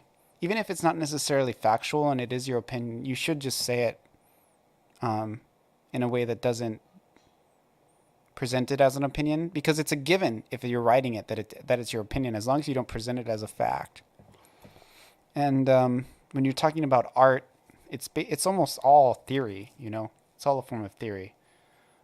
I like the word theory. I like the theory better than opinion, because when you say something is your opinion, it means you're not working out of like a structuralized discipline, right? Where if you're talking about like music theory, for example, it's an academic practice. It's a discipline. It's a very structured way of thinking. It is true that music theory doesn't necessarily ultimately identify what people will interact with, right, correctly, in the same way like color theory, art theory doesn't. But, you know, there is a system in which you can place in order to more consistently produce the results that you want. And you can look at the commonalities between those results. So it's like, I'm really against people saying like art is subjective. Like I hate it when people say that. And I don't agree with that. I don't think art is subjective. I think art has objective value. I mean, that value changes, right? And different people will have a different objective value applied to a given piece of art from person to person. But because people vary on how they value something doesn't necessarily make it an effective way to describe something to say it's subjective, right? Like if I have a pound of gold, right? It's true that that's worth a different amount to different places in the world, right? Like some people in certain countries might pay more or less for that pound of gold, but I still wouldn't consider that a subjective value. And in the same way, art, I don't believe is objective, and I think it's not useful to think of it as, or I don't believe it's subjective. I don't think it's useful to think of it as subjective. I think you should think of art with an objective value. And that's what the market decides. Scale from realism to simplified and even abstraction. Obviously, photorealism isn't possible in pixel art, but you can get quite close. If you make photorealism isn't possible unless you're taking a picture of squares. In your game, ensure your chosen style is consistent across the entire environment. Part 2. Realism. And semi-realism. Before you start, it shrank again. I love it. Know what type of tree it is in your head. Dude, you made the trees make a pop-out animation? If it's a pine tree. This is ridiculous. When I see these videos, I almost get mad. They're done so well. Like, it almost makes me mad. It will differ to an oak. Honestly, knowing the type of tree is not that important, but it will help you to know the general shape of the leaves and what texture to make the trunk. And use a reference or two. It'll help you if you feel stuck. But other than that, there aren't too many rules for trees. Do you intentionally make that flicker in there? It's not like... I mean, you must. How else would it be there? Where every aspect of the anatomy can be technically scrutinized. Environments are much more forgiving. The easiest place to start is where the trunk of the tree meets the ground. From here on up, we'll split the trunk into thinner and thinner branches until we're satisfied with the complexity of the tree. When you create splits, try to place them in unconventional spots. You want your tree to look as sporadic and chaotic as possible, to avoid that cookie-cutter style oak tree we're so used to. Put the first split really far down, or really high up. Or maybe have a branch that swings out really far to the left. Now, we don't just want a 2D structure. Our tree needs to have 3-dimensional shape. The best way to visualize this is to think of the trunk as a bundle of tubes, all with various thicknesses. These pipes or tubes will stretch down into the ground around the root structure. Flickering is a YouTube algorithm glitch. It's on all my videos and I mentioned it. Really? Are you joking? I thought it was a stylistic choice. You're joking. Whatever, dude. You had me, okay? You don't really have it mentioned in your description. You're messing with me. Weird flickering. Oh, it is. It's not a stylistic choice. What the heck? They'll separate off for the branches. What the? So when it looks. How would it do that? Dude, I don't believe it. Sketching the trunk of your tree. Keep these tubes in mind. It's the perfect with the MP4 I upload, but the YouTube compresses it weirdly. Wow, what a weird thing. Because it keeps the squares the same size. Like, I can see some kind of like chromatic aberration or anti-aliasing issue with the hard edges of the pixels, right? But to legitimately like move a pixel into a different pixel spot and back, like, how does the compression do that? That is wild.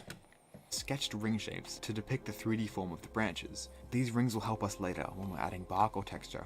Remember, the branches don't have to be perfectly cylindrical either. Make some fun shapes with your rings. Now you have a solid frame for your trunk, knowing where to place the leaves will be no problem. Speaking of leaves, we should probably add some. There are lots of ways you can draw leaves. For example, you can draw really every low leaf or you res. can abstract them into simple colors. No matter which method you choose, you should always start by blocking in the basic shapes and the silhouette of your tree's leaves. Pick a direction for your light source and create some 3D blobs. The first leaf method is to draw every single leaf with detail. The color of each leaf should match the blob color below it, and a couple shades higher or lower can be used for the outlines and highlights of each leaf. This method will make your tree hyper detailed, but possibly distracting if in a game. So use with caution and decide when applicable. Yeah, that's an interesting thing that you mention. There's a convention among like top-down games and side-scrollers where you tend to have higher detail in the areas that you can't move through and less detail in the areas that you can move through. So if you have a tree and it's in the background, you'll tend to have it be less detailed in general, as well as use like the darker colors in the palette. And if you have a tree that's in the foreground, like, no, correct me if, sorry. If you have a tree that's actually in the depth that you can interact with, say in a side scroller, that's like you can't move past, for example, you're going to tend to have more detail. Like a tree that you, for example, like jump into, like in Donkey Kong or something like that, it's going to tend to have a lot more detail. So when you're choosing something like how many leaves to put in a tree, that's a huge consideration, at least if you're going with that stylistic consensus among a lot of other games, So you don't have to necessarily do that. There's other ways to make it clear to the player where they can and can't go. It doesn't necessarily have to be the amount of detail. You could technically do the opposite. Like some people make the area you can't move in less detailed, like black or something. So I don't know, but it's more just you stay consistent within your own game's convention. This is not something I do incredibly well in my game.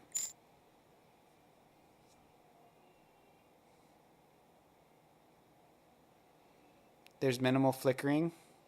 Yeah, that is weird. It looks intentional, so whatever. The second method is to still approximate individual leaves, just not all of them. You can depict leaf shapes along the outline of the tree, between the borders of your main shades, and scattered throughout.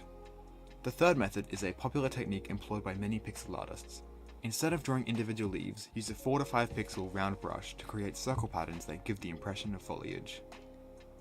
You can achieve bark many different ways, but the one way I like to do bark is by creating small rectangles that follow the contours of the trunk outlines we created. Those rings are coming in handy now. On the side of the trunk that faces the light source, use a lighter brown than on the shadow side. You can add some anti-aliasing around the place and darken up occasional cracks if you like. Keep in mind that as you get closer to the leaves, the bark will likely be in shadow. And remember, variation is key with bark. Each piece of bark should look different from its neighbor. Adding some features to your tree like knots, spurls, or hollows can help sell that realism. But realism isn't the only goal with every artwork. That's why stylization is important. Part 3. Stylization. To make a stylized tree, we'll need to simplify its complexity and not only highlight but distort key features. Notable features of the tree should be taken to the extreme. For example, if it has a bend in the trunk, accentuate that bend and make it a feature. But when you put bends in the trunk, make sure to keep the center of gravity roughly balanced.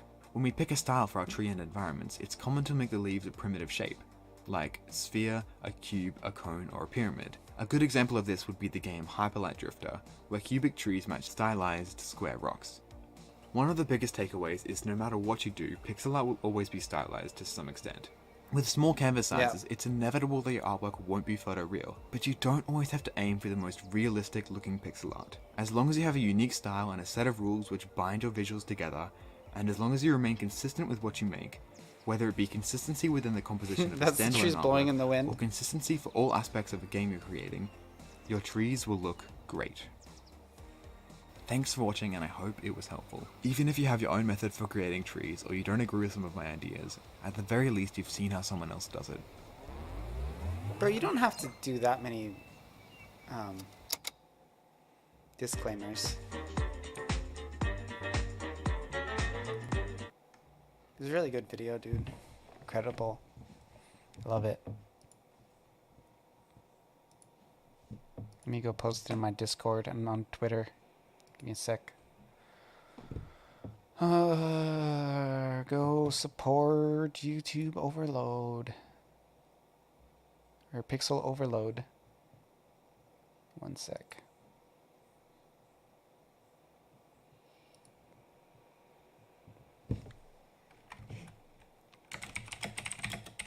Go support Pixel Overload.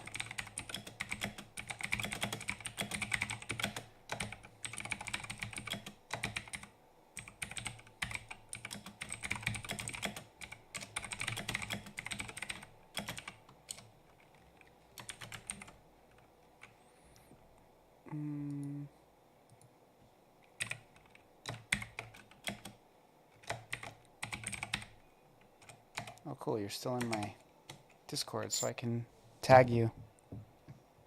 Gotta love how I just hijacked the stream. Dude, it's been getting hijacked all night. I got raided by Adam C. Eunice. And I also got raided by Geekdom, who was probably off working on a video or asleep or something already. But, you know, between the two of them, it was like, hey, look at the trees you made. I gotta make more. I have like 6 more spots, and you can do animated ones too now.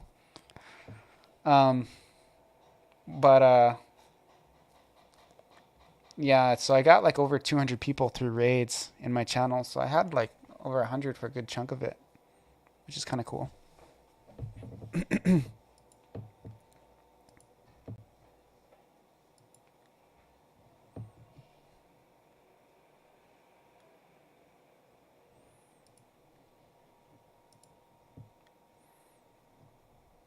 Crazy number. Oh, you're talking about, I thought you were talking about my current sub list on my Dragon Ball channel. You're joking about the amount of viewers. Yeah, okay. Yeah. Don't let it go to my head. You know, it would be funny, like, if you said that, but you didn't have like a pretty decent YouTube channel. But because you have a YouTube channel with like 50K subs, it's kind of a mean thing to say, Pixel Overload. And I'm saying that in a way that, in a fun way. I'm not like, I don't feel hurt in my heart. But I don't think you should go around saying to people who have YouTube channels with viewers in the hundreds that, you know, hey, don't let the fame go to your head.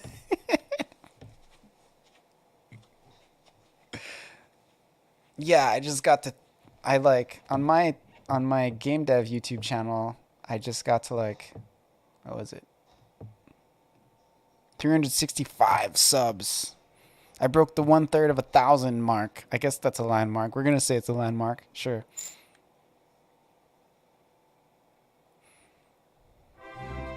Mad Grunt Media, thank you for the follow.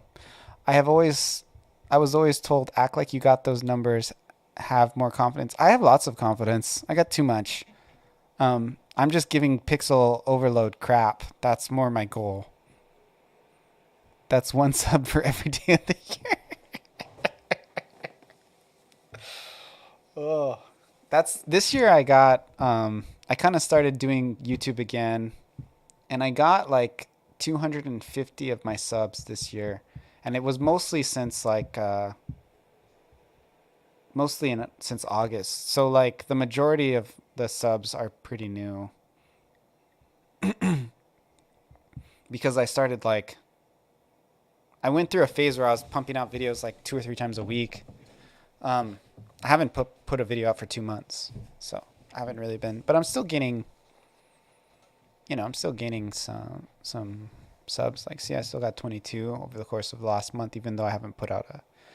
And I still get like somebody popping into Discord through YouTube every week or so. So I have more people coming into Discord, but through YouTube specifically, like every week or so. So things are moving along. You know, I've trying to spend a lot of time getting better on my YouTube.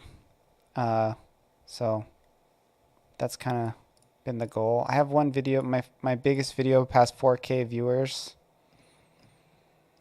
which is this one. And it's honestly one I made it in like an hour. You know, it's so weird, right? Like all these videos I spent like a whole day on, right? And I can't break like 300 on any of them. And then this one I made it in like an hour. I just turned on my.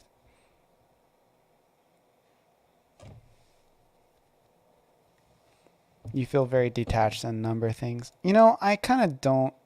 I would like to say that I don't care. But I do track the growth.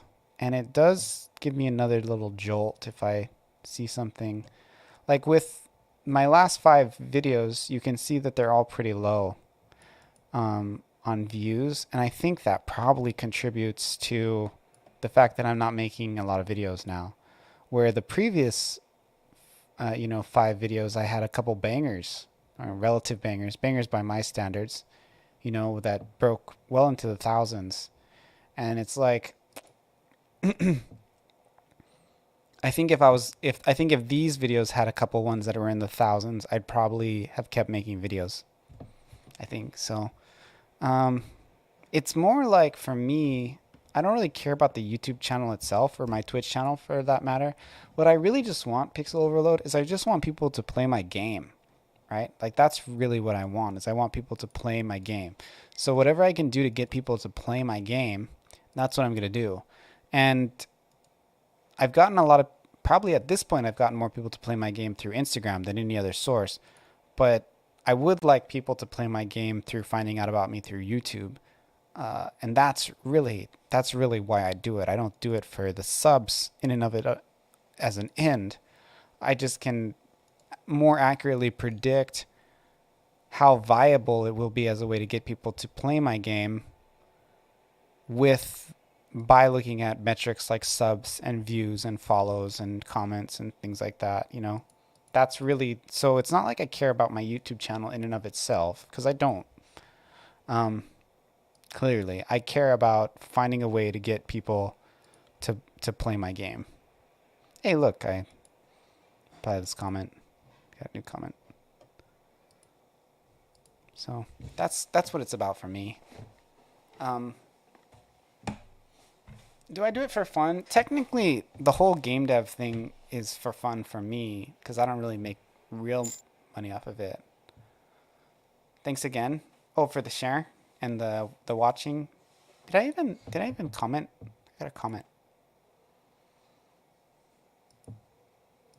Forgot. I got distracted. Where is that video?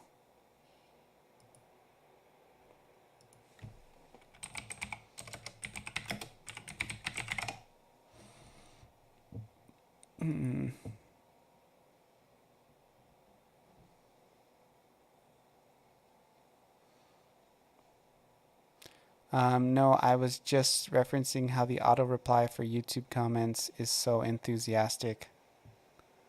Thanks again. Oh, yeah. It doesn't even make sense to say thanks again. Like, what if he'd never commented before? Like, it makes sense if he had a comment before, but thanks again is not a good generic reply. Thanks is a good one. But thanks again, it's like if I read that and it was my first comment, I'm like, well, I get that you're saying thanks, but why again? There was nothing to say thanks for the first time, so it thanks again would mean it's your second time saying thanks. And then I would say, you're a liar. You don't really mean that. You don't really mean thanks again. Why are you lying to me? It invalidates your whole thank you. Everything is invalidated. That's what I would say if I read that. Anyway, let's comment on this video. We're on this. Like, I'm already subscribed. Turn the bell on so I don't miss next time. You know what I mean? So I know. So I hear about it. Holy guacamole. The polish on your videos is amazing. I don't think you need to use as many disclaimers, though.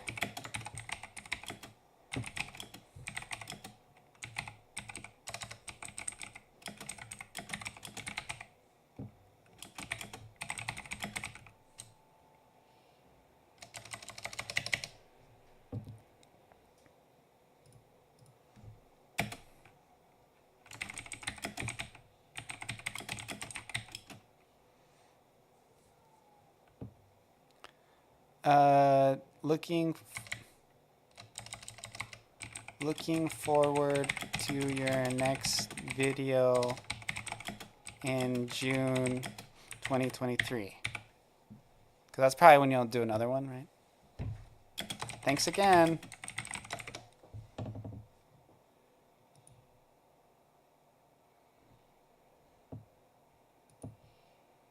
I'm really like flattered that you kind of remembered something I said to you like way back whenever. Like it's like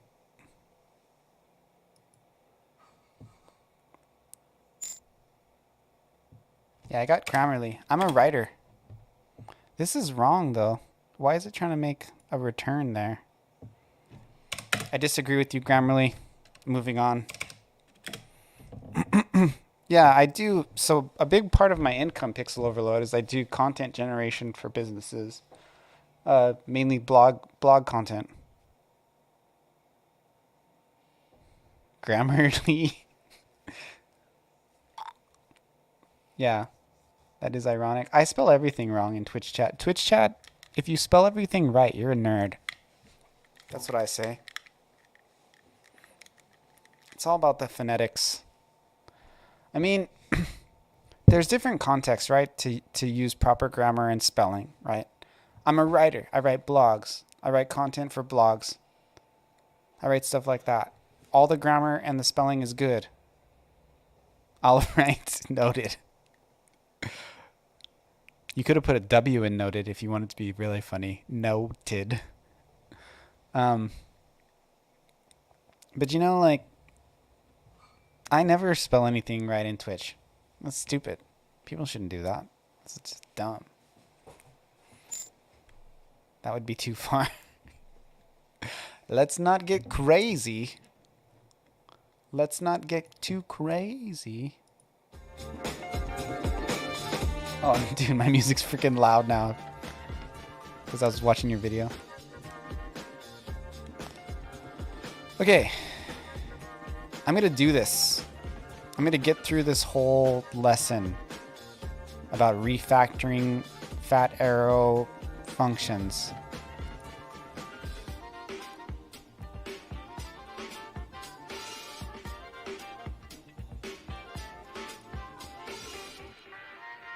Okay, so how do I change this fat arrow function into a regular function? I think what I have to do is I convert it to a normal function first, and then I'm going to have to use an object loop in the console log, something like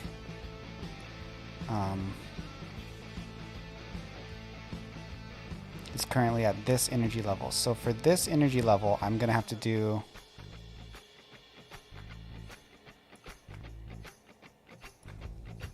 a modifier here.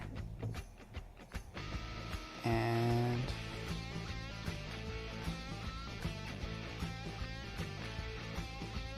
something like this. Oh, it's already set up.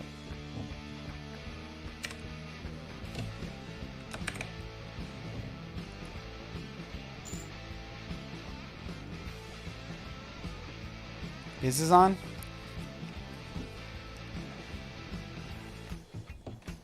Gonna have to leave me for Biz. You don't have to tell me, dude.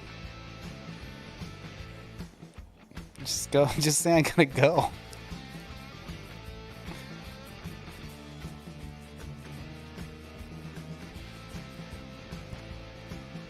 Actually, you can tell me. I don't know why I'm being so sensitive. Enjoy Bizmaster Studios stream. It's okay that you left me for my bitter rival. He who I seek to overcome. That's fine. Biz just stealing from me again. Bizmaster Studios. Someday. Curse you. Who's winning? He's winning. And how do you qualify? I told him I'm competing with him to get more subs on YouTube. And he has like twice as much. Neither of us really post videos, so it's not really the most... It's not the most brutal competition. Like, I think it's been even longer for him than it has been for me. But whatever I can do to kind of make it sound more exciting to make a video...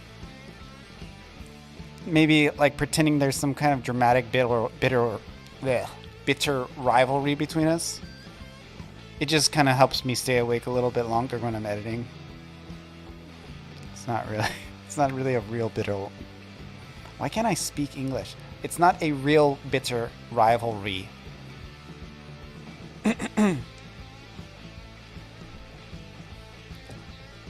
want Biz to be really famous and be able to do lots of pixel art. That's what you say. Have you heard Biz's rant about me? Really? He ranted about me? I'm so flattered. That's so sweet. I mean, we've definitely talked about each other. I think I talk about him quite a bit more than he talks about me. It's a bit of a one-way street. If I'm gonna be honest. Feeling a little neglected.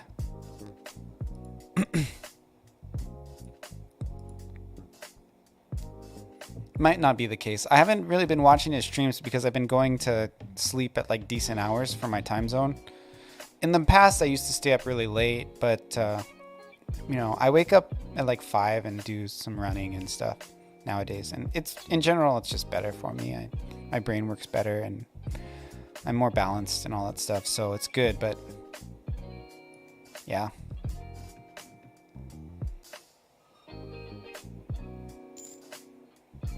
Yeah, I'm healthy. Streaming on Twitch too, I think it's important to exercise. Well, plus you would want to, yeah, that's true. You know what Biz really needs to do? He needs to do YouTube shorts with clips from his stream because he has super funny clips.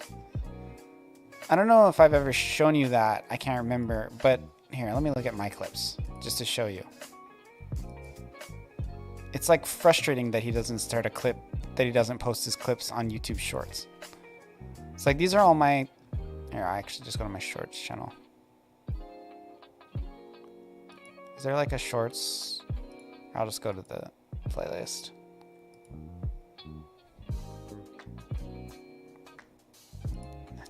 Sorry, I suck at YouTube. Oh, somebody else subbed. Who was that? I wonder. That's cool. 3066. So if I go to like shorts, right? If you look at all my shorts, like, can I make them in the order that of popularity? Like, of my 4 most popular ones, one for too many. Now we have one too many for the days of the year. It's the days of the leap year.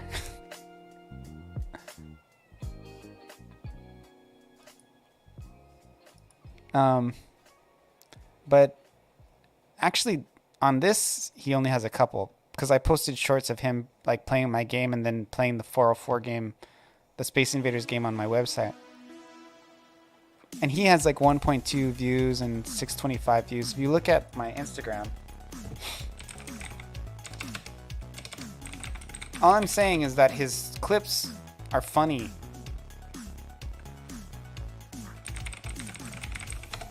right? Like, he should post them. They're just ready to go. All you have to do is like move them around on. I got some follows. That's cool. Hey, did you download my game? Go get it.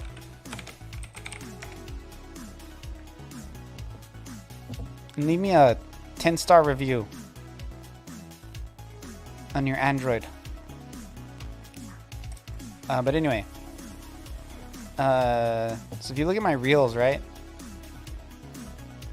Like, where's the Bizmaster Studios ones? They're just like crazy popular on Instagram. This one's doing pretty good. 3487.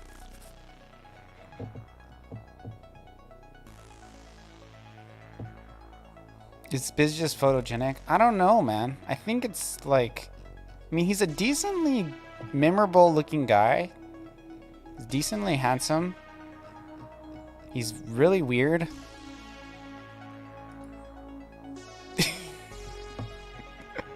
That didn't sound like that nice. Whatever. But okay, here's where's some with Biz. So here's one with him. Look at this. 400. This is my most viewed reel on Instagram. My most viewed video, whatever. And it's Bizmaster playing my stuff. This one is him playing my game back in the day when it was different. And then here he's playing my Space Invaders game on my website. And it's like, he has almost 5K views. Like, why is he not posting these shorts of his... Okay. Exhibit 3. Exhibit 3.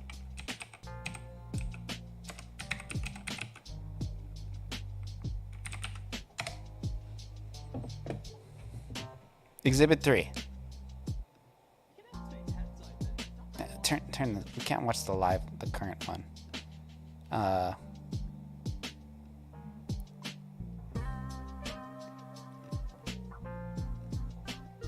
Can you even look at videos when somebody's live? Yeah, you can. Okay. Exhibit 3. Clips. Look at how many clips he has.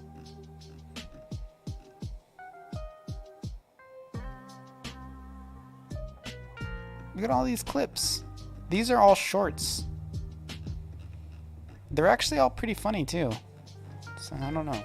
That's what I say.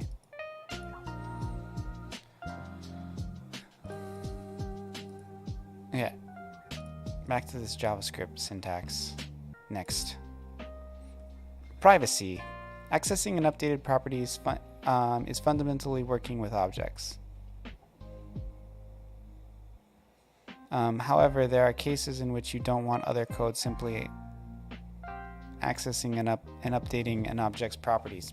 When discussing privacy in objects, we define it as the idea that only certain properties should be mutable or able to change in value. Certain languages have privacy built in for objects, like TypeScript, but JavaScript does not have this feature.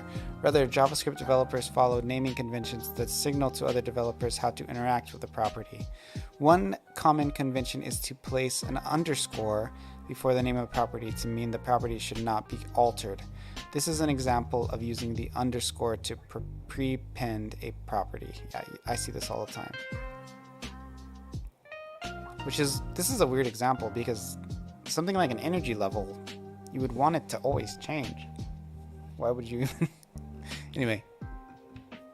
In the example above, the amount is not to be directly manipulated. Even so, it's still possible to reassign amount, of course. In later exercises, we'll cover the use of both methods are used. Sorry, I skipped a line. We'll use methods called getters and setters. Both methods are used to respect the intention of the properties prepended or begin with underscore. Getters can return the value of an internal properties and setters by safely reassign property values. For now, let's see what happens if we can change properties that don't have setters and getters.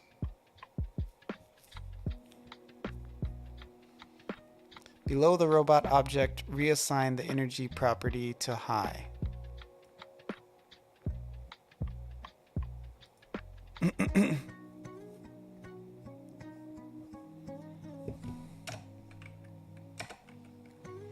Const robot dot energy level equals high. Is that what they want? Oh, I spelled it wrong. Not bad.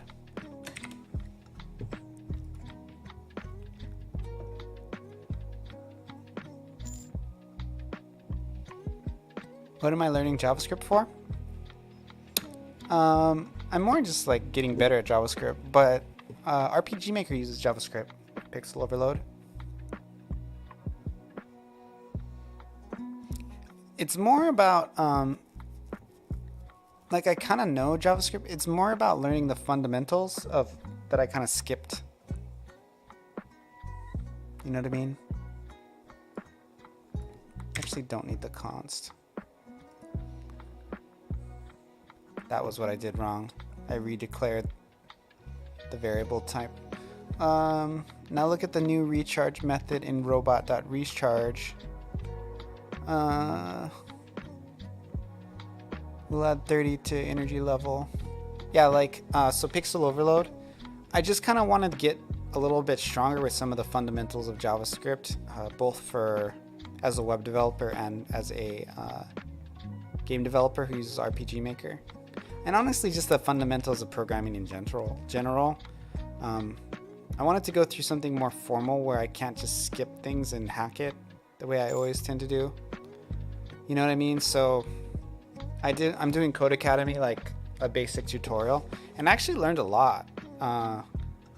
Like I know how to do a lot of this stuff, but it's like I never really knew fundamentally. Like I think the thing that I'm learning more than anything is how to articulate what's happening in code, right? Like the names for, like for example, like the terminology he uses here is very clear and I like it. Where is it? Like here's an example of using underscore to prepend a property. Like this is a good word to use if you're talking about code. So if I'm like talking to another programmer and I, you know, prepend, meaning like to put the underscore before.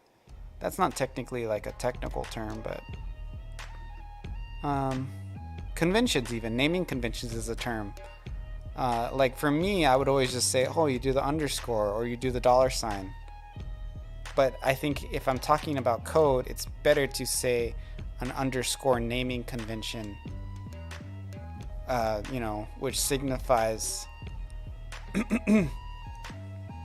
that you don't want it to be altered. Another term that they use a lot that I'm kind of integrating into my vocabulary that's pretty basic is the term refactoring, which really just means like rewriting code, right?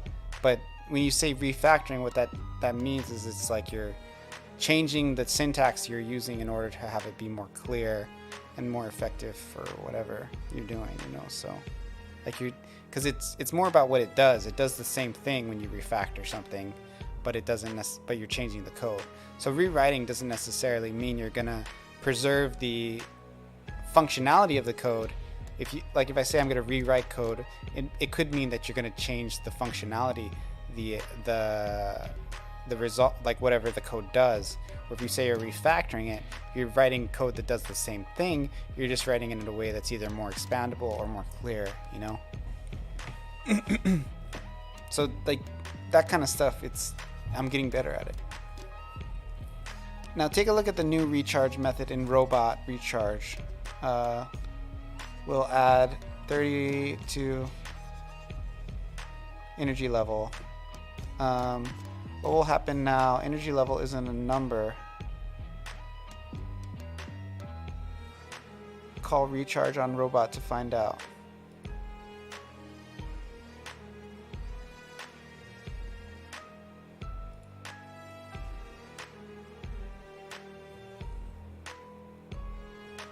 Recharge method on robot.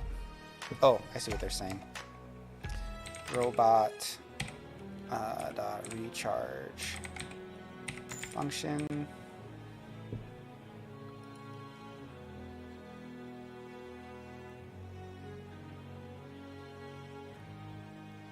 Beyond that, it's mostly personal preference. Yeah, I agree with that. I think it's...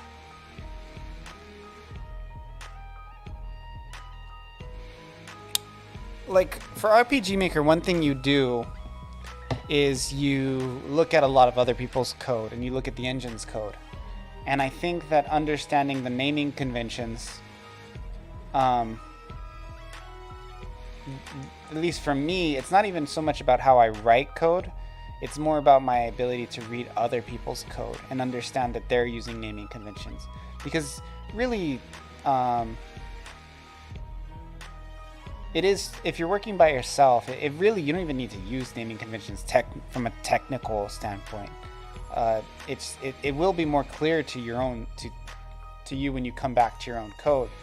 But for me, the greatest benefit of using the naming conventions is understanding if other people can read and understand your code, it's good code. Yeah, see, but that's true. But what I'm saying is that if you, for me at least, and this is somebody who's getting better with naming conventions, is that it helps me to read other people's code better when I understand the conventions.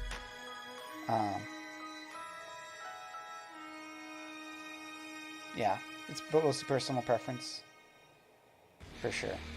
Like, that is by far the greatest benefit to it. Much more than anything having to do with me writing code. It's much more, for me personally, it's much more significant of a benefit in reading other people's code. Anyway. Recharge.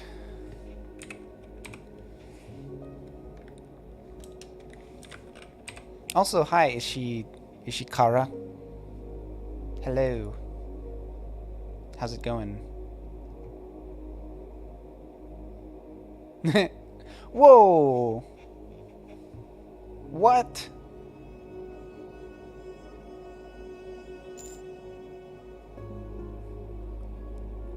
I've never noticed. I didn't know it would do that. I thought it would say error. So if you call like a property in an object, and then you add a number onto a string, it just combines them. like it says the string and then the number. Stupid JavaScript. What the frick is that crap? That's wild. I'm tripping out right now. I mean, I've never, like, this is the kind of thing, like, I've done tons of JavaScript. I would have never even thought to try that. You know? Like, what? It concatenates the two together. Yeah, there's never been a situation in which I would do that. Okay, at least I'm having fun. That was fun. This made me smile, because this is so ridiculous.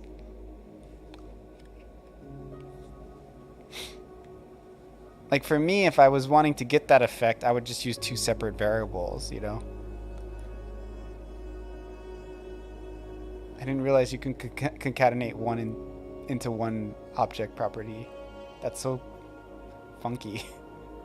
They call it funky here. Notice the funky string is printed out on the console. This is known as a side effect of type coercion. No need to worry about what that means for now, but it's important to understand that you can cause unwanted side effects when mutating objects and their properties. Funky is a very technical term. I know you're joking, right? I'm not a skill. I'm not. See, my weakness in JavaScript is articulating things in the words used to describe your code, and I think you're joking. But I'm not sure. There could be like a semantic convention where people use funky in a very technical sense that I'm not aware of. I'm not sure. Getters are methods that get and return the internal properties of an object. Nope, career tech person. Funky definitely used a lot. It's a good way to describe something when you aren't sure how else to describe it. Okay. Getters are methods that get and return the internal properties of an object, but they can do more than just retrieve the value of a property. Let's take a look at the getter mod. Getter method. Const person, we have a prepended underscore here. John Doe. Get full name if, a conditional in here. If statement. Is it possible? Yes, of course. Is it possible to create a desktop app with JS? RPG Maker is the game that I export from RPG Maker. It's also a really, in my opinion, it's a great way to do it because if you want to go cross-platform, it functions almost like a web page. You just have to use your own container. Like for RPG Maker, we use nw.js, right? So it's like if you do it like that, it's very easy to take that and move it over to like a mobile platform or Linux or whatever. You know what I mean? Or Mac even. It's very easy to use the same program. And that's why, like my game, for example, it's on mobile and Mac and Windows. I could probably make a Linux version if I wanted. I just don't want to update it. It's just too much work. But I am going to have it on Mac, iOS, Windows, and Android. And I'm going to be able to keep it all because it's all just a JavaScript application. Yeah, it's a good JavaScript is a good consideration if you're making an app.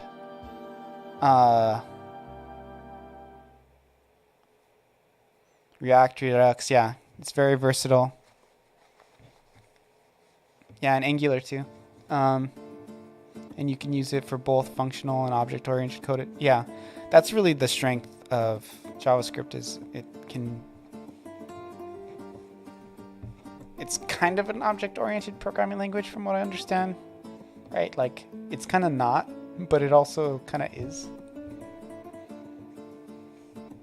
Like, you can kind of make it an object-oriented programming language.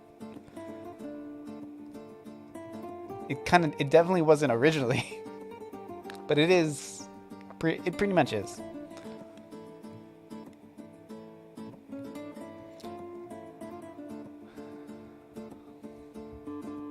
Notice that the getter method above, we use get, followed by the function. Oh yeah. React, Angular, I don't know what these mean. They're just like tools.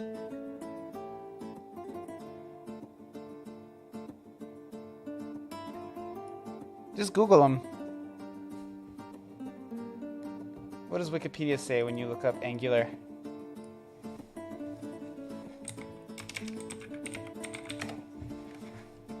Platform building mobile and desktop web application joint.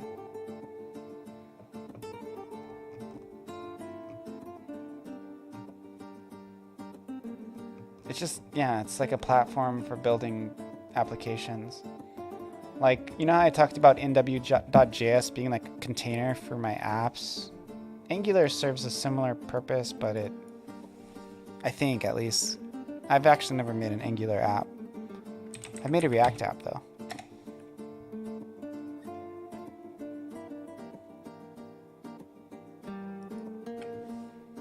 React is a library.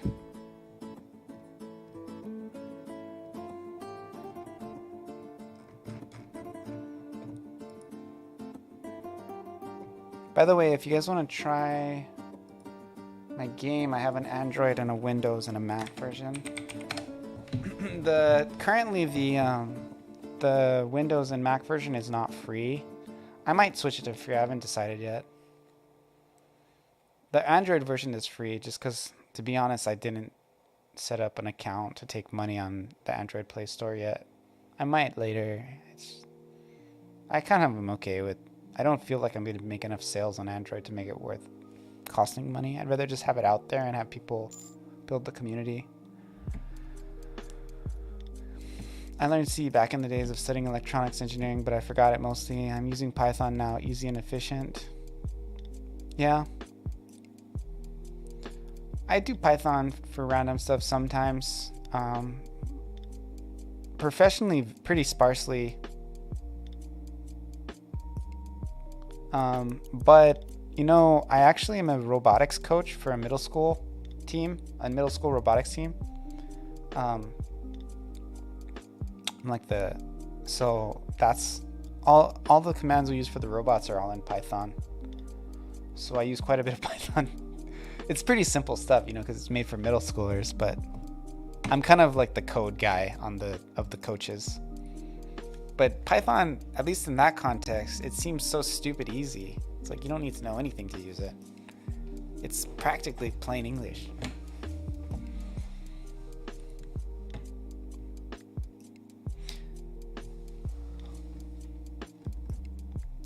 Okay, so getter methods. Okay, so one, we noticed the get keyword followed by a function.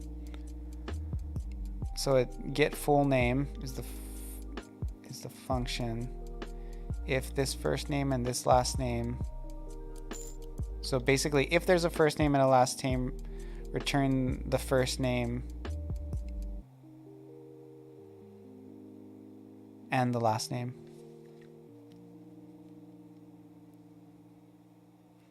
Yeah. There's a lot of robotics that use Python, and even the industrial world. Yeah, even like commercial robots.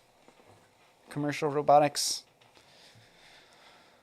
We do like the kind of stuff where you build a little robot and it like grabs a bunch of balls and puts them in a bucket, you know, that kind of stuff. And then you compete, right? Who can do it faster?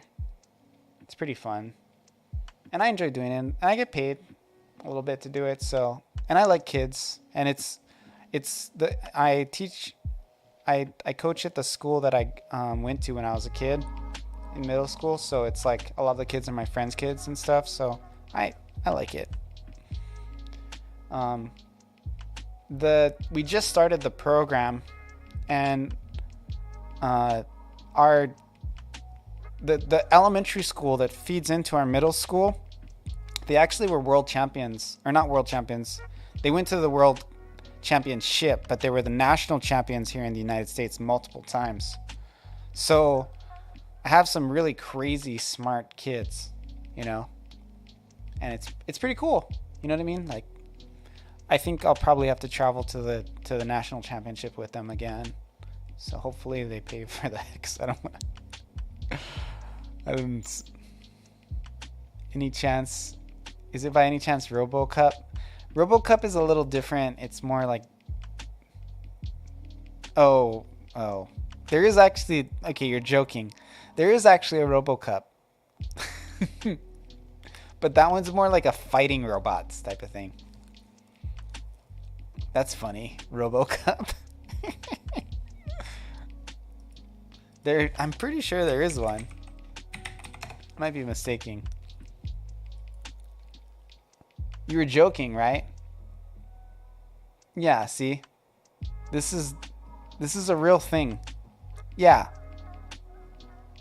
That's why I realized you were joking because of the emote. But there is an actual RoboCup.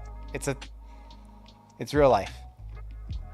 And they have like international competitions. It's like Oh, I did participate. Oh, so you know about it. Okay, so you're joking, but you're not. You're being fun. Okay. Yeah. No, the stuff we do with robotics, it's more like task-oriented robotics. It's like they grab balls and move them around and stuff. Well, I guess technically this is moving a ball into a bucket kind of, but it's like they pick up a tennis ball, put it up here, and then they put it in like a container. they'll do that one week, and then the next week they'll have one where they have to like rake tennis balls faster than the other guy, or I don't know. They'll do different things every week.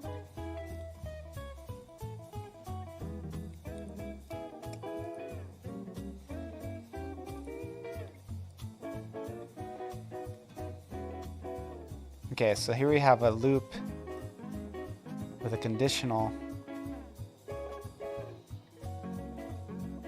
So if there is a first name and a last name, you return the first name and last name. Return missing first name or last name. If there is no first name and last name.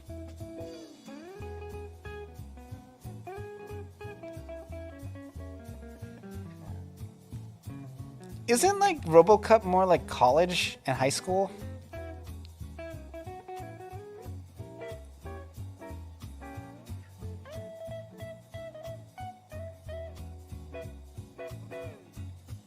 Because I'm doing middle school and elementary.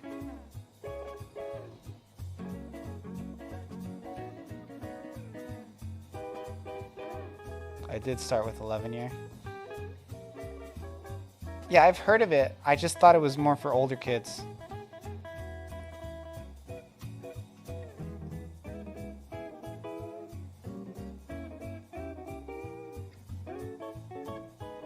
I can't. I don't want to research it anymore. If you know, let me know. Okay, so notice we use the get function, the if else. If we can access the calling object's internal properties using this in the full name, this first name and this last name. Yeah, okay. In the last name we call full name on person in general. Getter methods do not need to be called with a set of parentheses.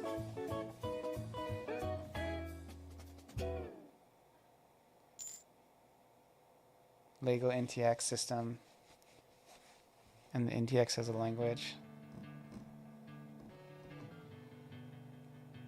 Now that we've gone over syntax, let's discuss some notable advantages of using the getter method.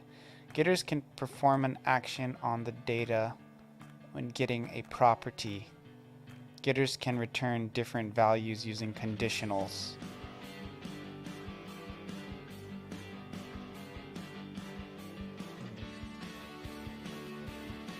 Different values using conditionals.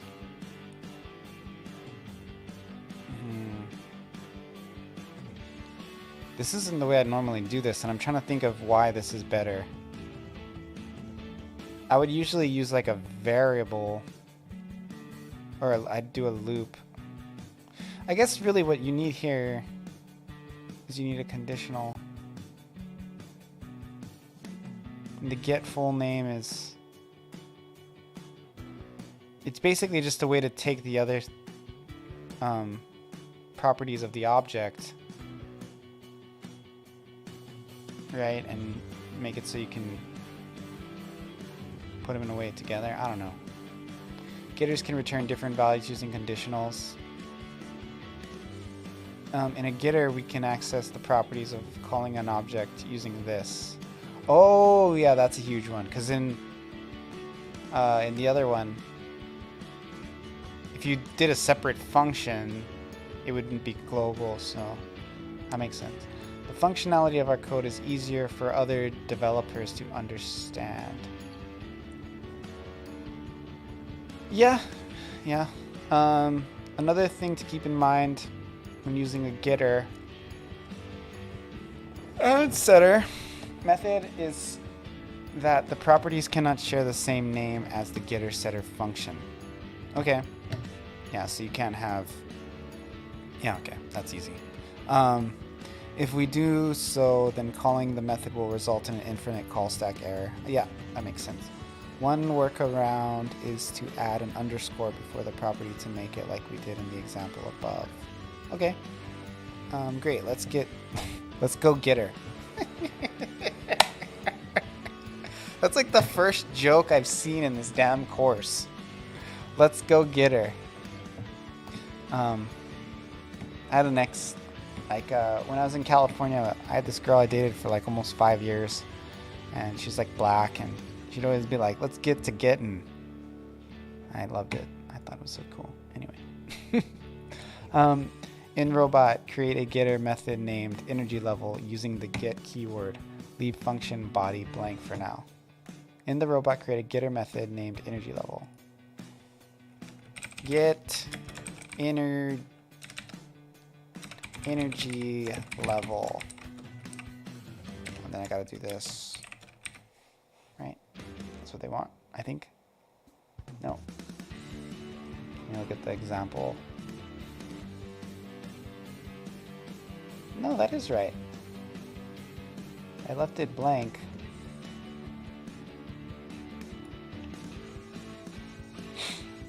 Oh no, comma. Right? Or no comma even is fine too.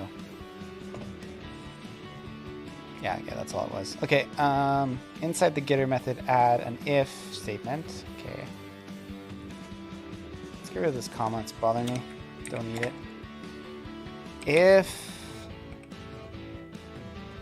I'm gonna do another one of these, else start like that. Okay, so and then actually here, since it's an if statement, we use this. Okay, so if this energy level, this energy level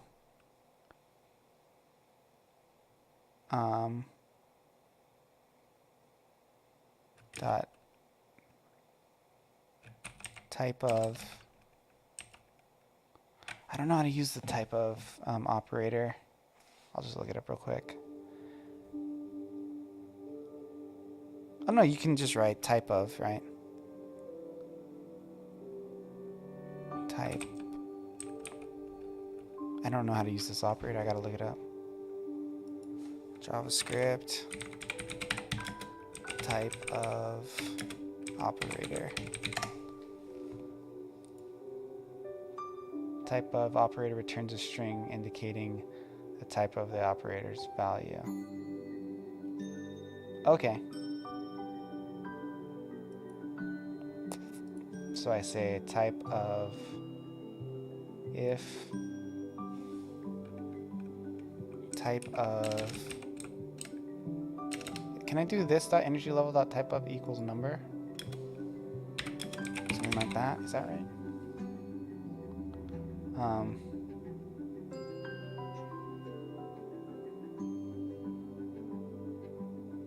Actually, this is not right. Fuck.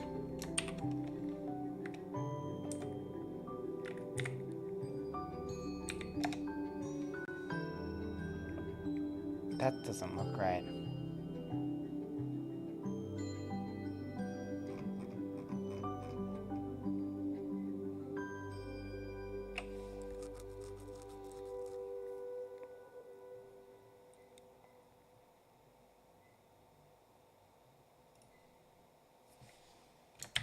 I need the parentheses. That looks more right. Will this break? Okay, it's not saying a syntax error. It's not gonna be right. I didn't do everything yet. If it's truthy,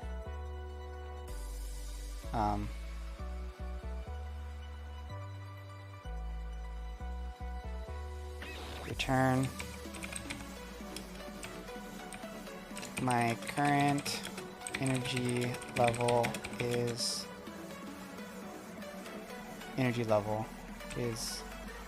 this dot, oh, it's outside the string, is this dot energy level.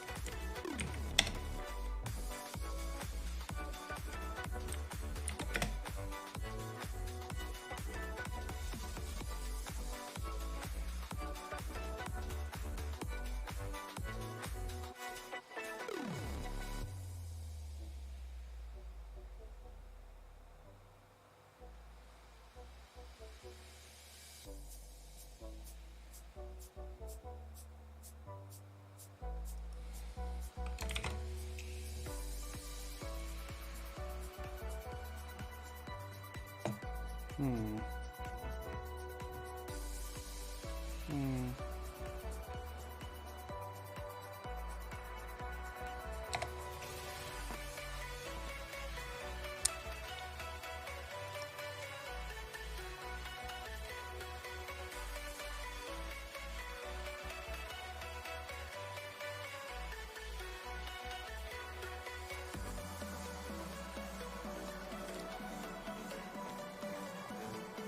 When we use the type of operator on a variable, we'll return a string that contains the name of. Oh, use type of on a variable. No, so it is not that. Yeah, it's a variable, not a function.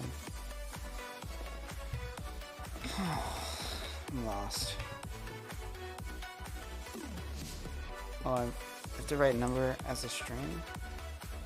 Well, yeah, because type of function gives you a string, right?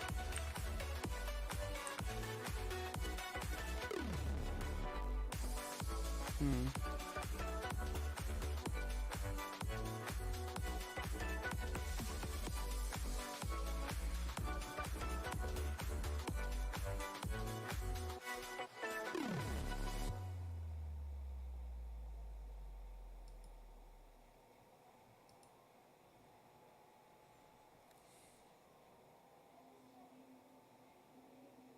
Oh, it's underscore energy level.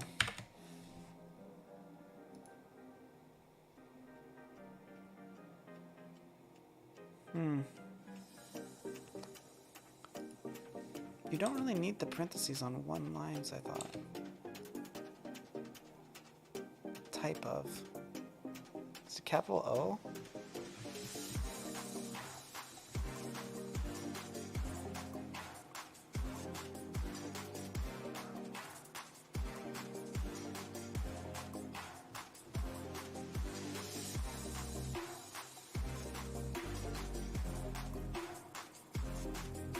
Oh, truthy. Yes, my bad. That's it. It has to be truthy. Not. I see. Well, what I'm doing would actually kind of work. They want a truthy statement.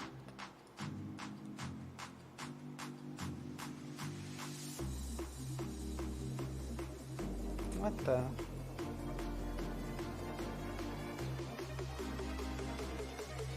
Oh, the plus. Wait, but that's not what was wrong.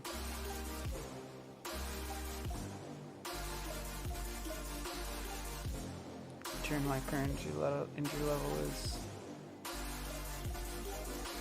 Well, I'll put the plus in there and see what happens.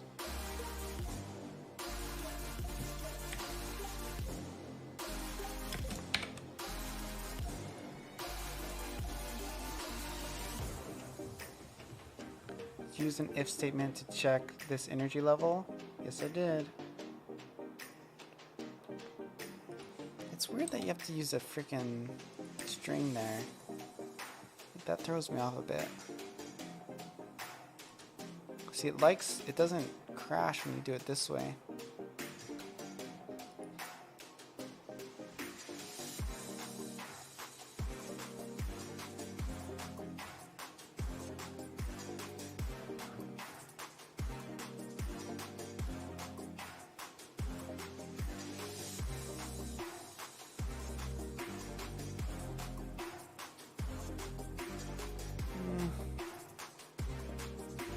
I think it's just what? I'm confused.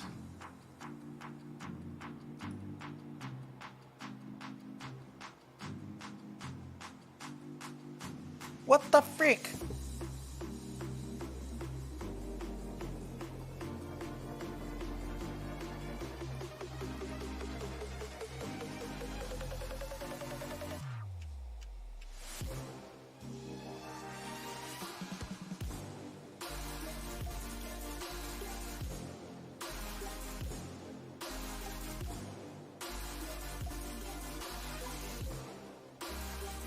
I don't see any differences.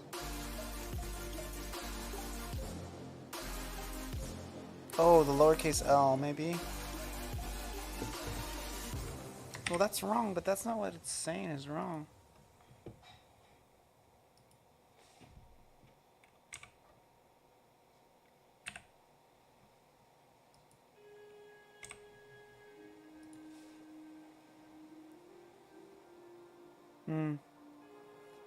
So there was an issue with the string thing. Okay, that's fine.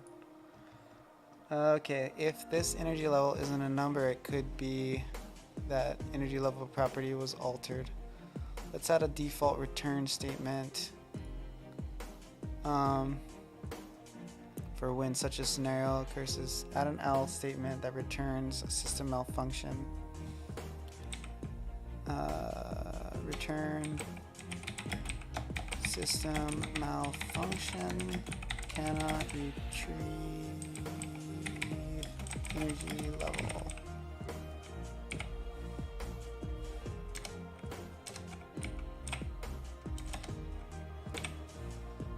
Run.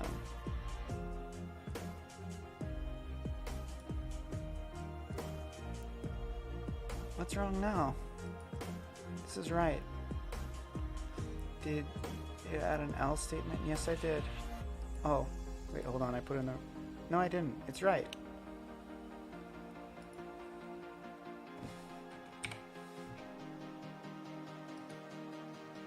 Fricker. System malfunction cannot reduce to equal system malfunction. Malfunction.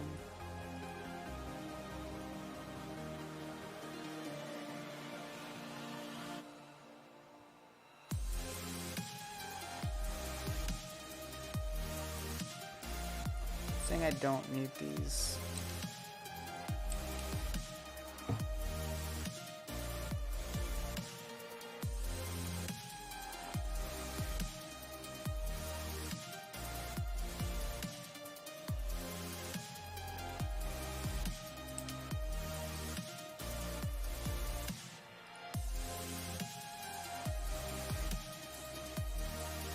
What the?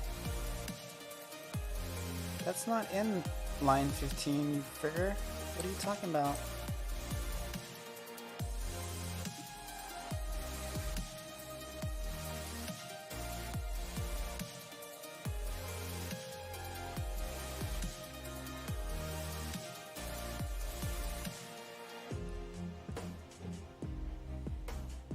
Oh, I just don't need this. That's all it is. No, I do. I do need that. Because it goes with this.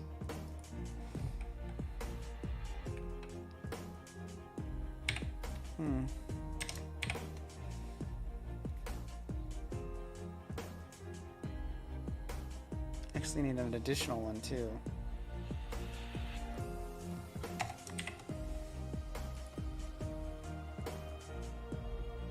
Did you add an else statement to the return string? Yes. Why you don't like me? There's an else statement right freaking there.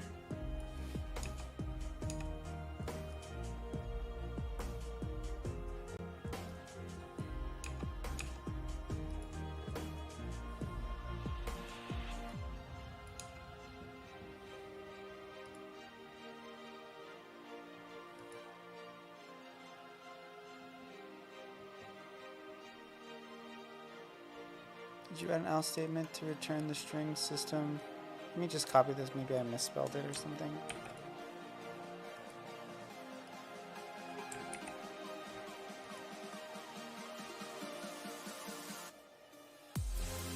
Oh, okay, that's all it was. It was just I put a period.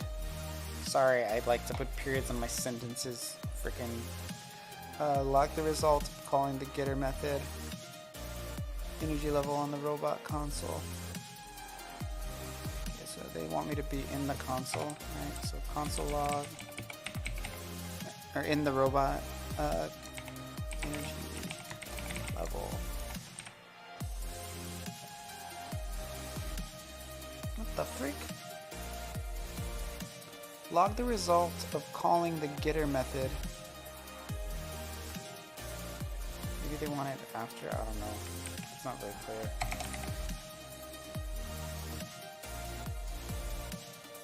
Oh, it's underscore energy level.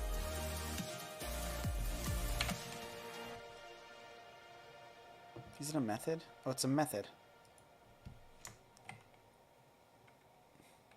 No, that should work. What the? How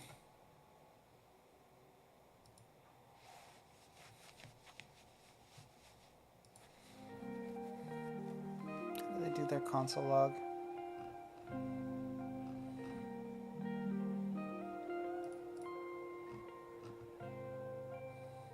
Oh, robot energy level. Duh. Sorry, I'm so dumb sometimes. Robot.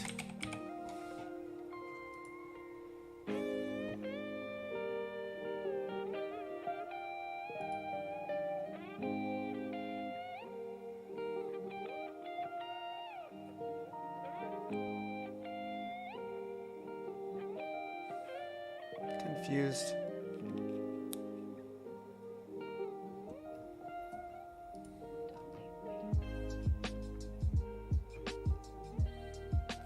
Call to. Oh, I have to call the method. I see. I understand now.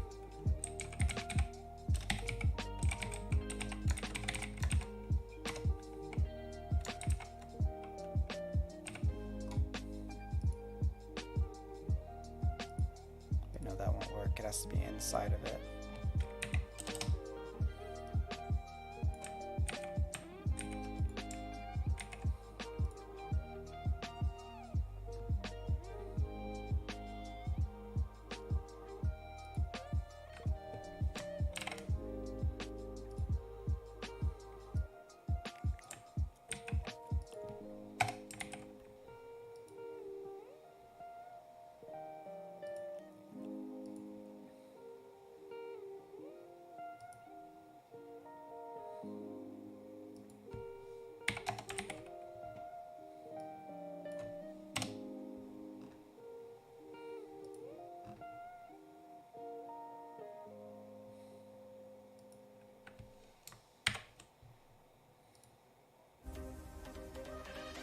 What the hell, dude?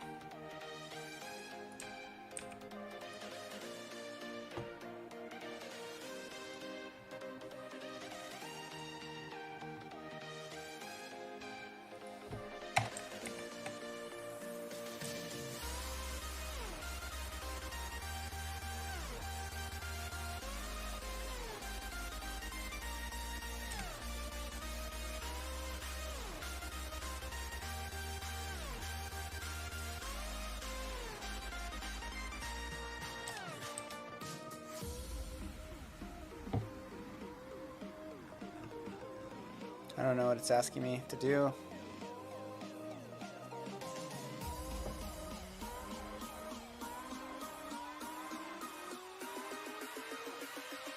After I do this one, I'm gonna move on. I'm gonna go to sleep for the night.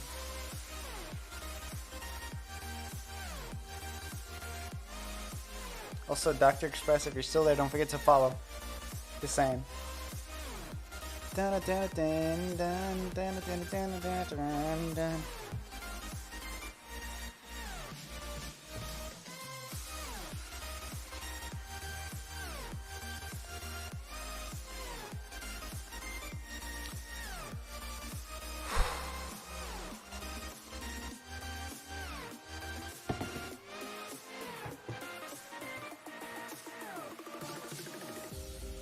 Where did they declare it?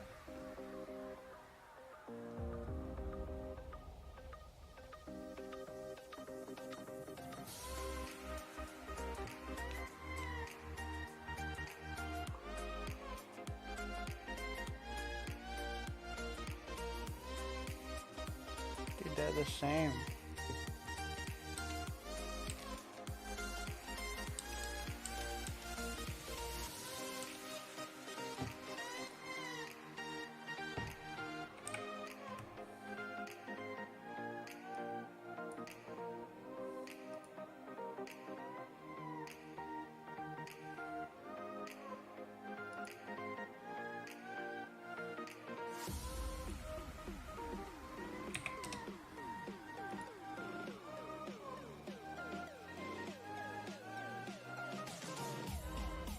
Oh, I see.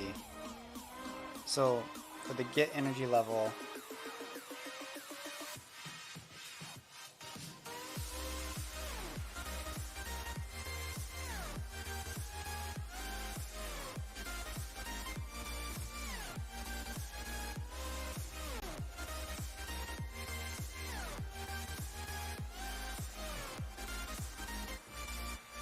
let's look at the cheat sheet.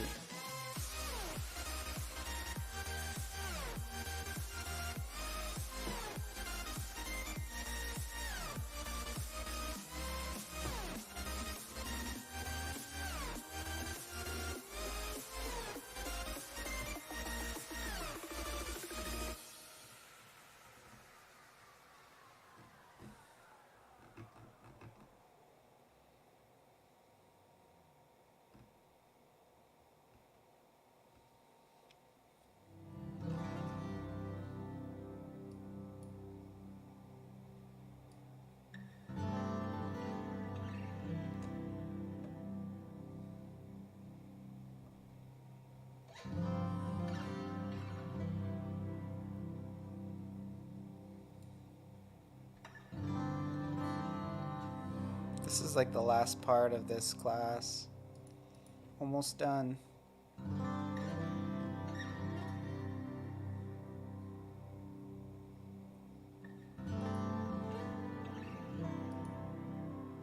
This is the hardest part too. They really don't hold back on you. But after I finish this, I'll be done with the fundamentals.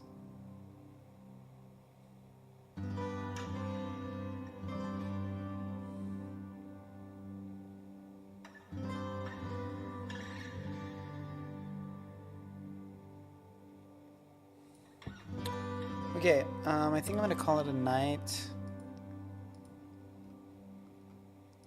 I gotta take a break after these, what are they called? Getters and setters. They're throwing like a lot of stuff at me that I actually don't know, so it's kind of taking me longer to get through it. You know?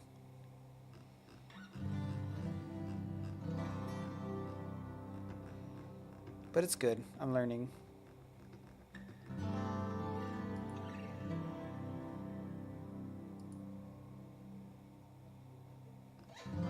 It says I'm 85% done.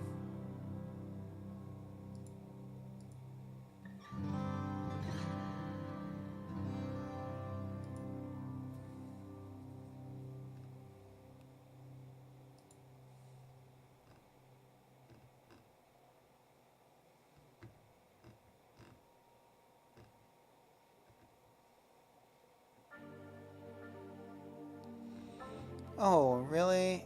I can't finish the course unless I buy it? That's shitty.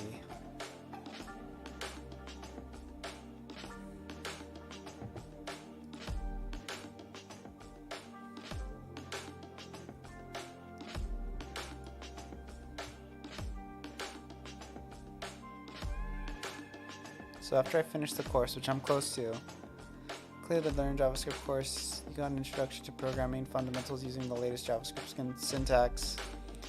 More specifically, you learned how to implement JavaScript data types, built-in methods and variables, use conditionals to control the flow of a program in JavaScript, construct functions and pass data through them, identify global and block level scopes in JavaScript, use arrays to store lists of data, use loops to execute blocks of code multiple times, use iterator methods to simplify the process of looping over arrays, use JavaScript ES6 object syntax to model real-world items. Your learning journey into JavaScript isn't over yet. There are plenty of other topics you can dive into to continue learning. Here are our recommendations for next steps. There's another There's an intermediate JavaScript course.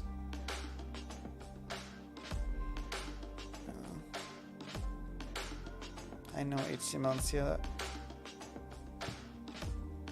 What does this one do?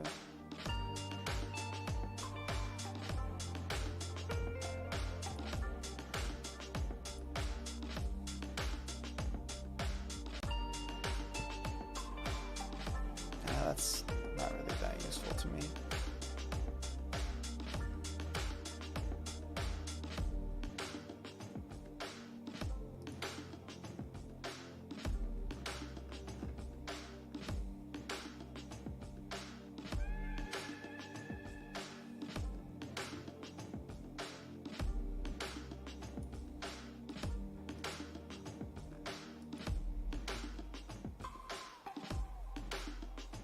Modules, promises, async, await, request, errors handling, JavaScript under the hood. This is all good stuff. Best practices.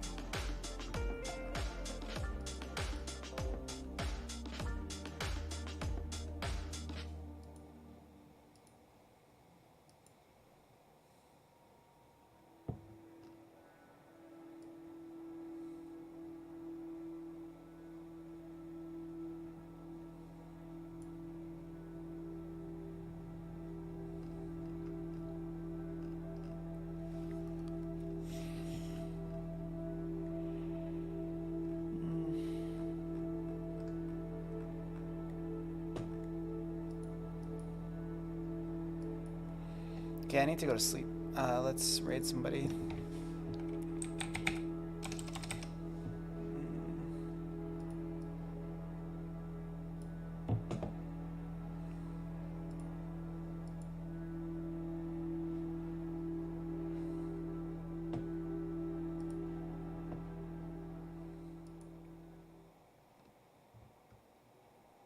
Got Zed Craze, I raided him last night. Skittleness, playing Pokemon. Not really game dev related. Probably can do Bizmaster.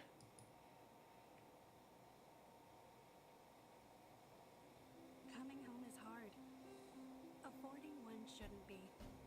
That's why Pillsbury and Operation Homefront are working together to provide military families with a place to call home. I could largely use an animation I've made before, which would be time consuming. Saving the time consuming side of things. Right, so now what I want to do, now we've done that, we've made it walk. We've made it walk. Gross. Scatter, I'm gonna go to this channel. What is Mercenary Mage doing?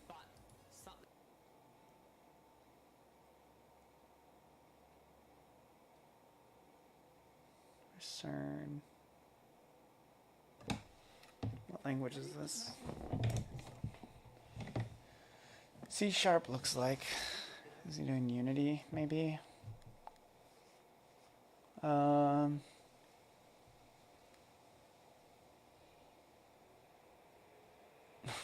It's so interesting spending all this time in JavaScript and then looking at Unity. It's like all these little things. You're like, what is it?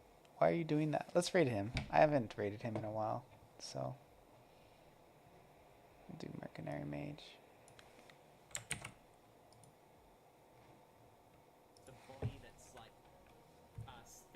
I'll go say Biz later, but I rated Biz I think like a night or two ago, so change it up.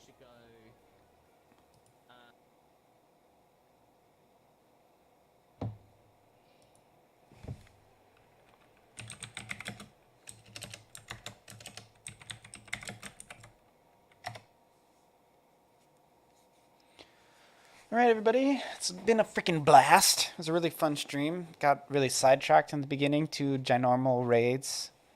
Success. Got some JavaScript done. I'm probably going to always do JavaScript JavaScript. It's going to be more just like JavaScript and then game dev.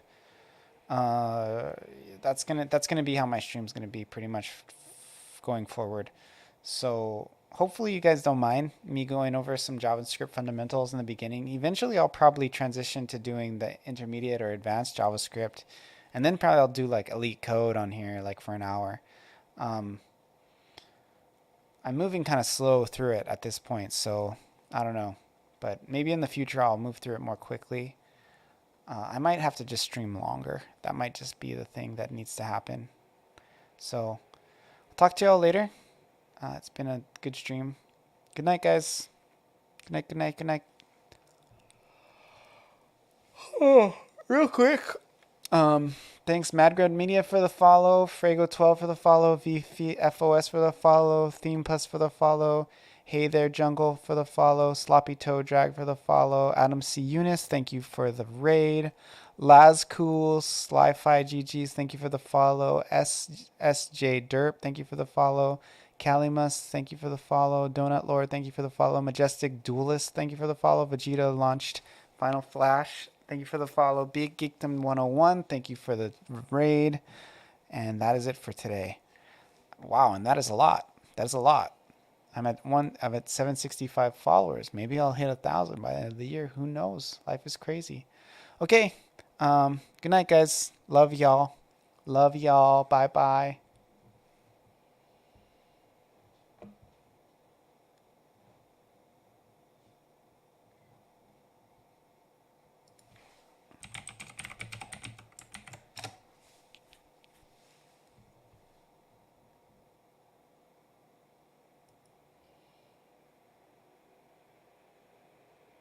Oh, did he just shut down right as I rated him?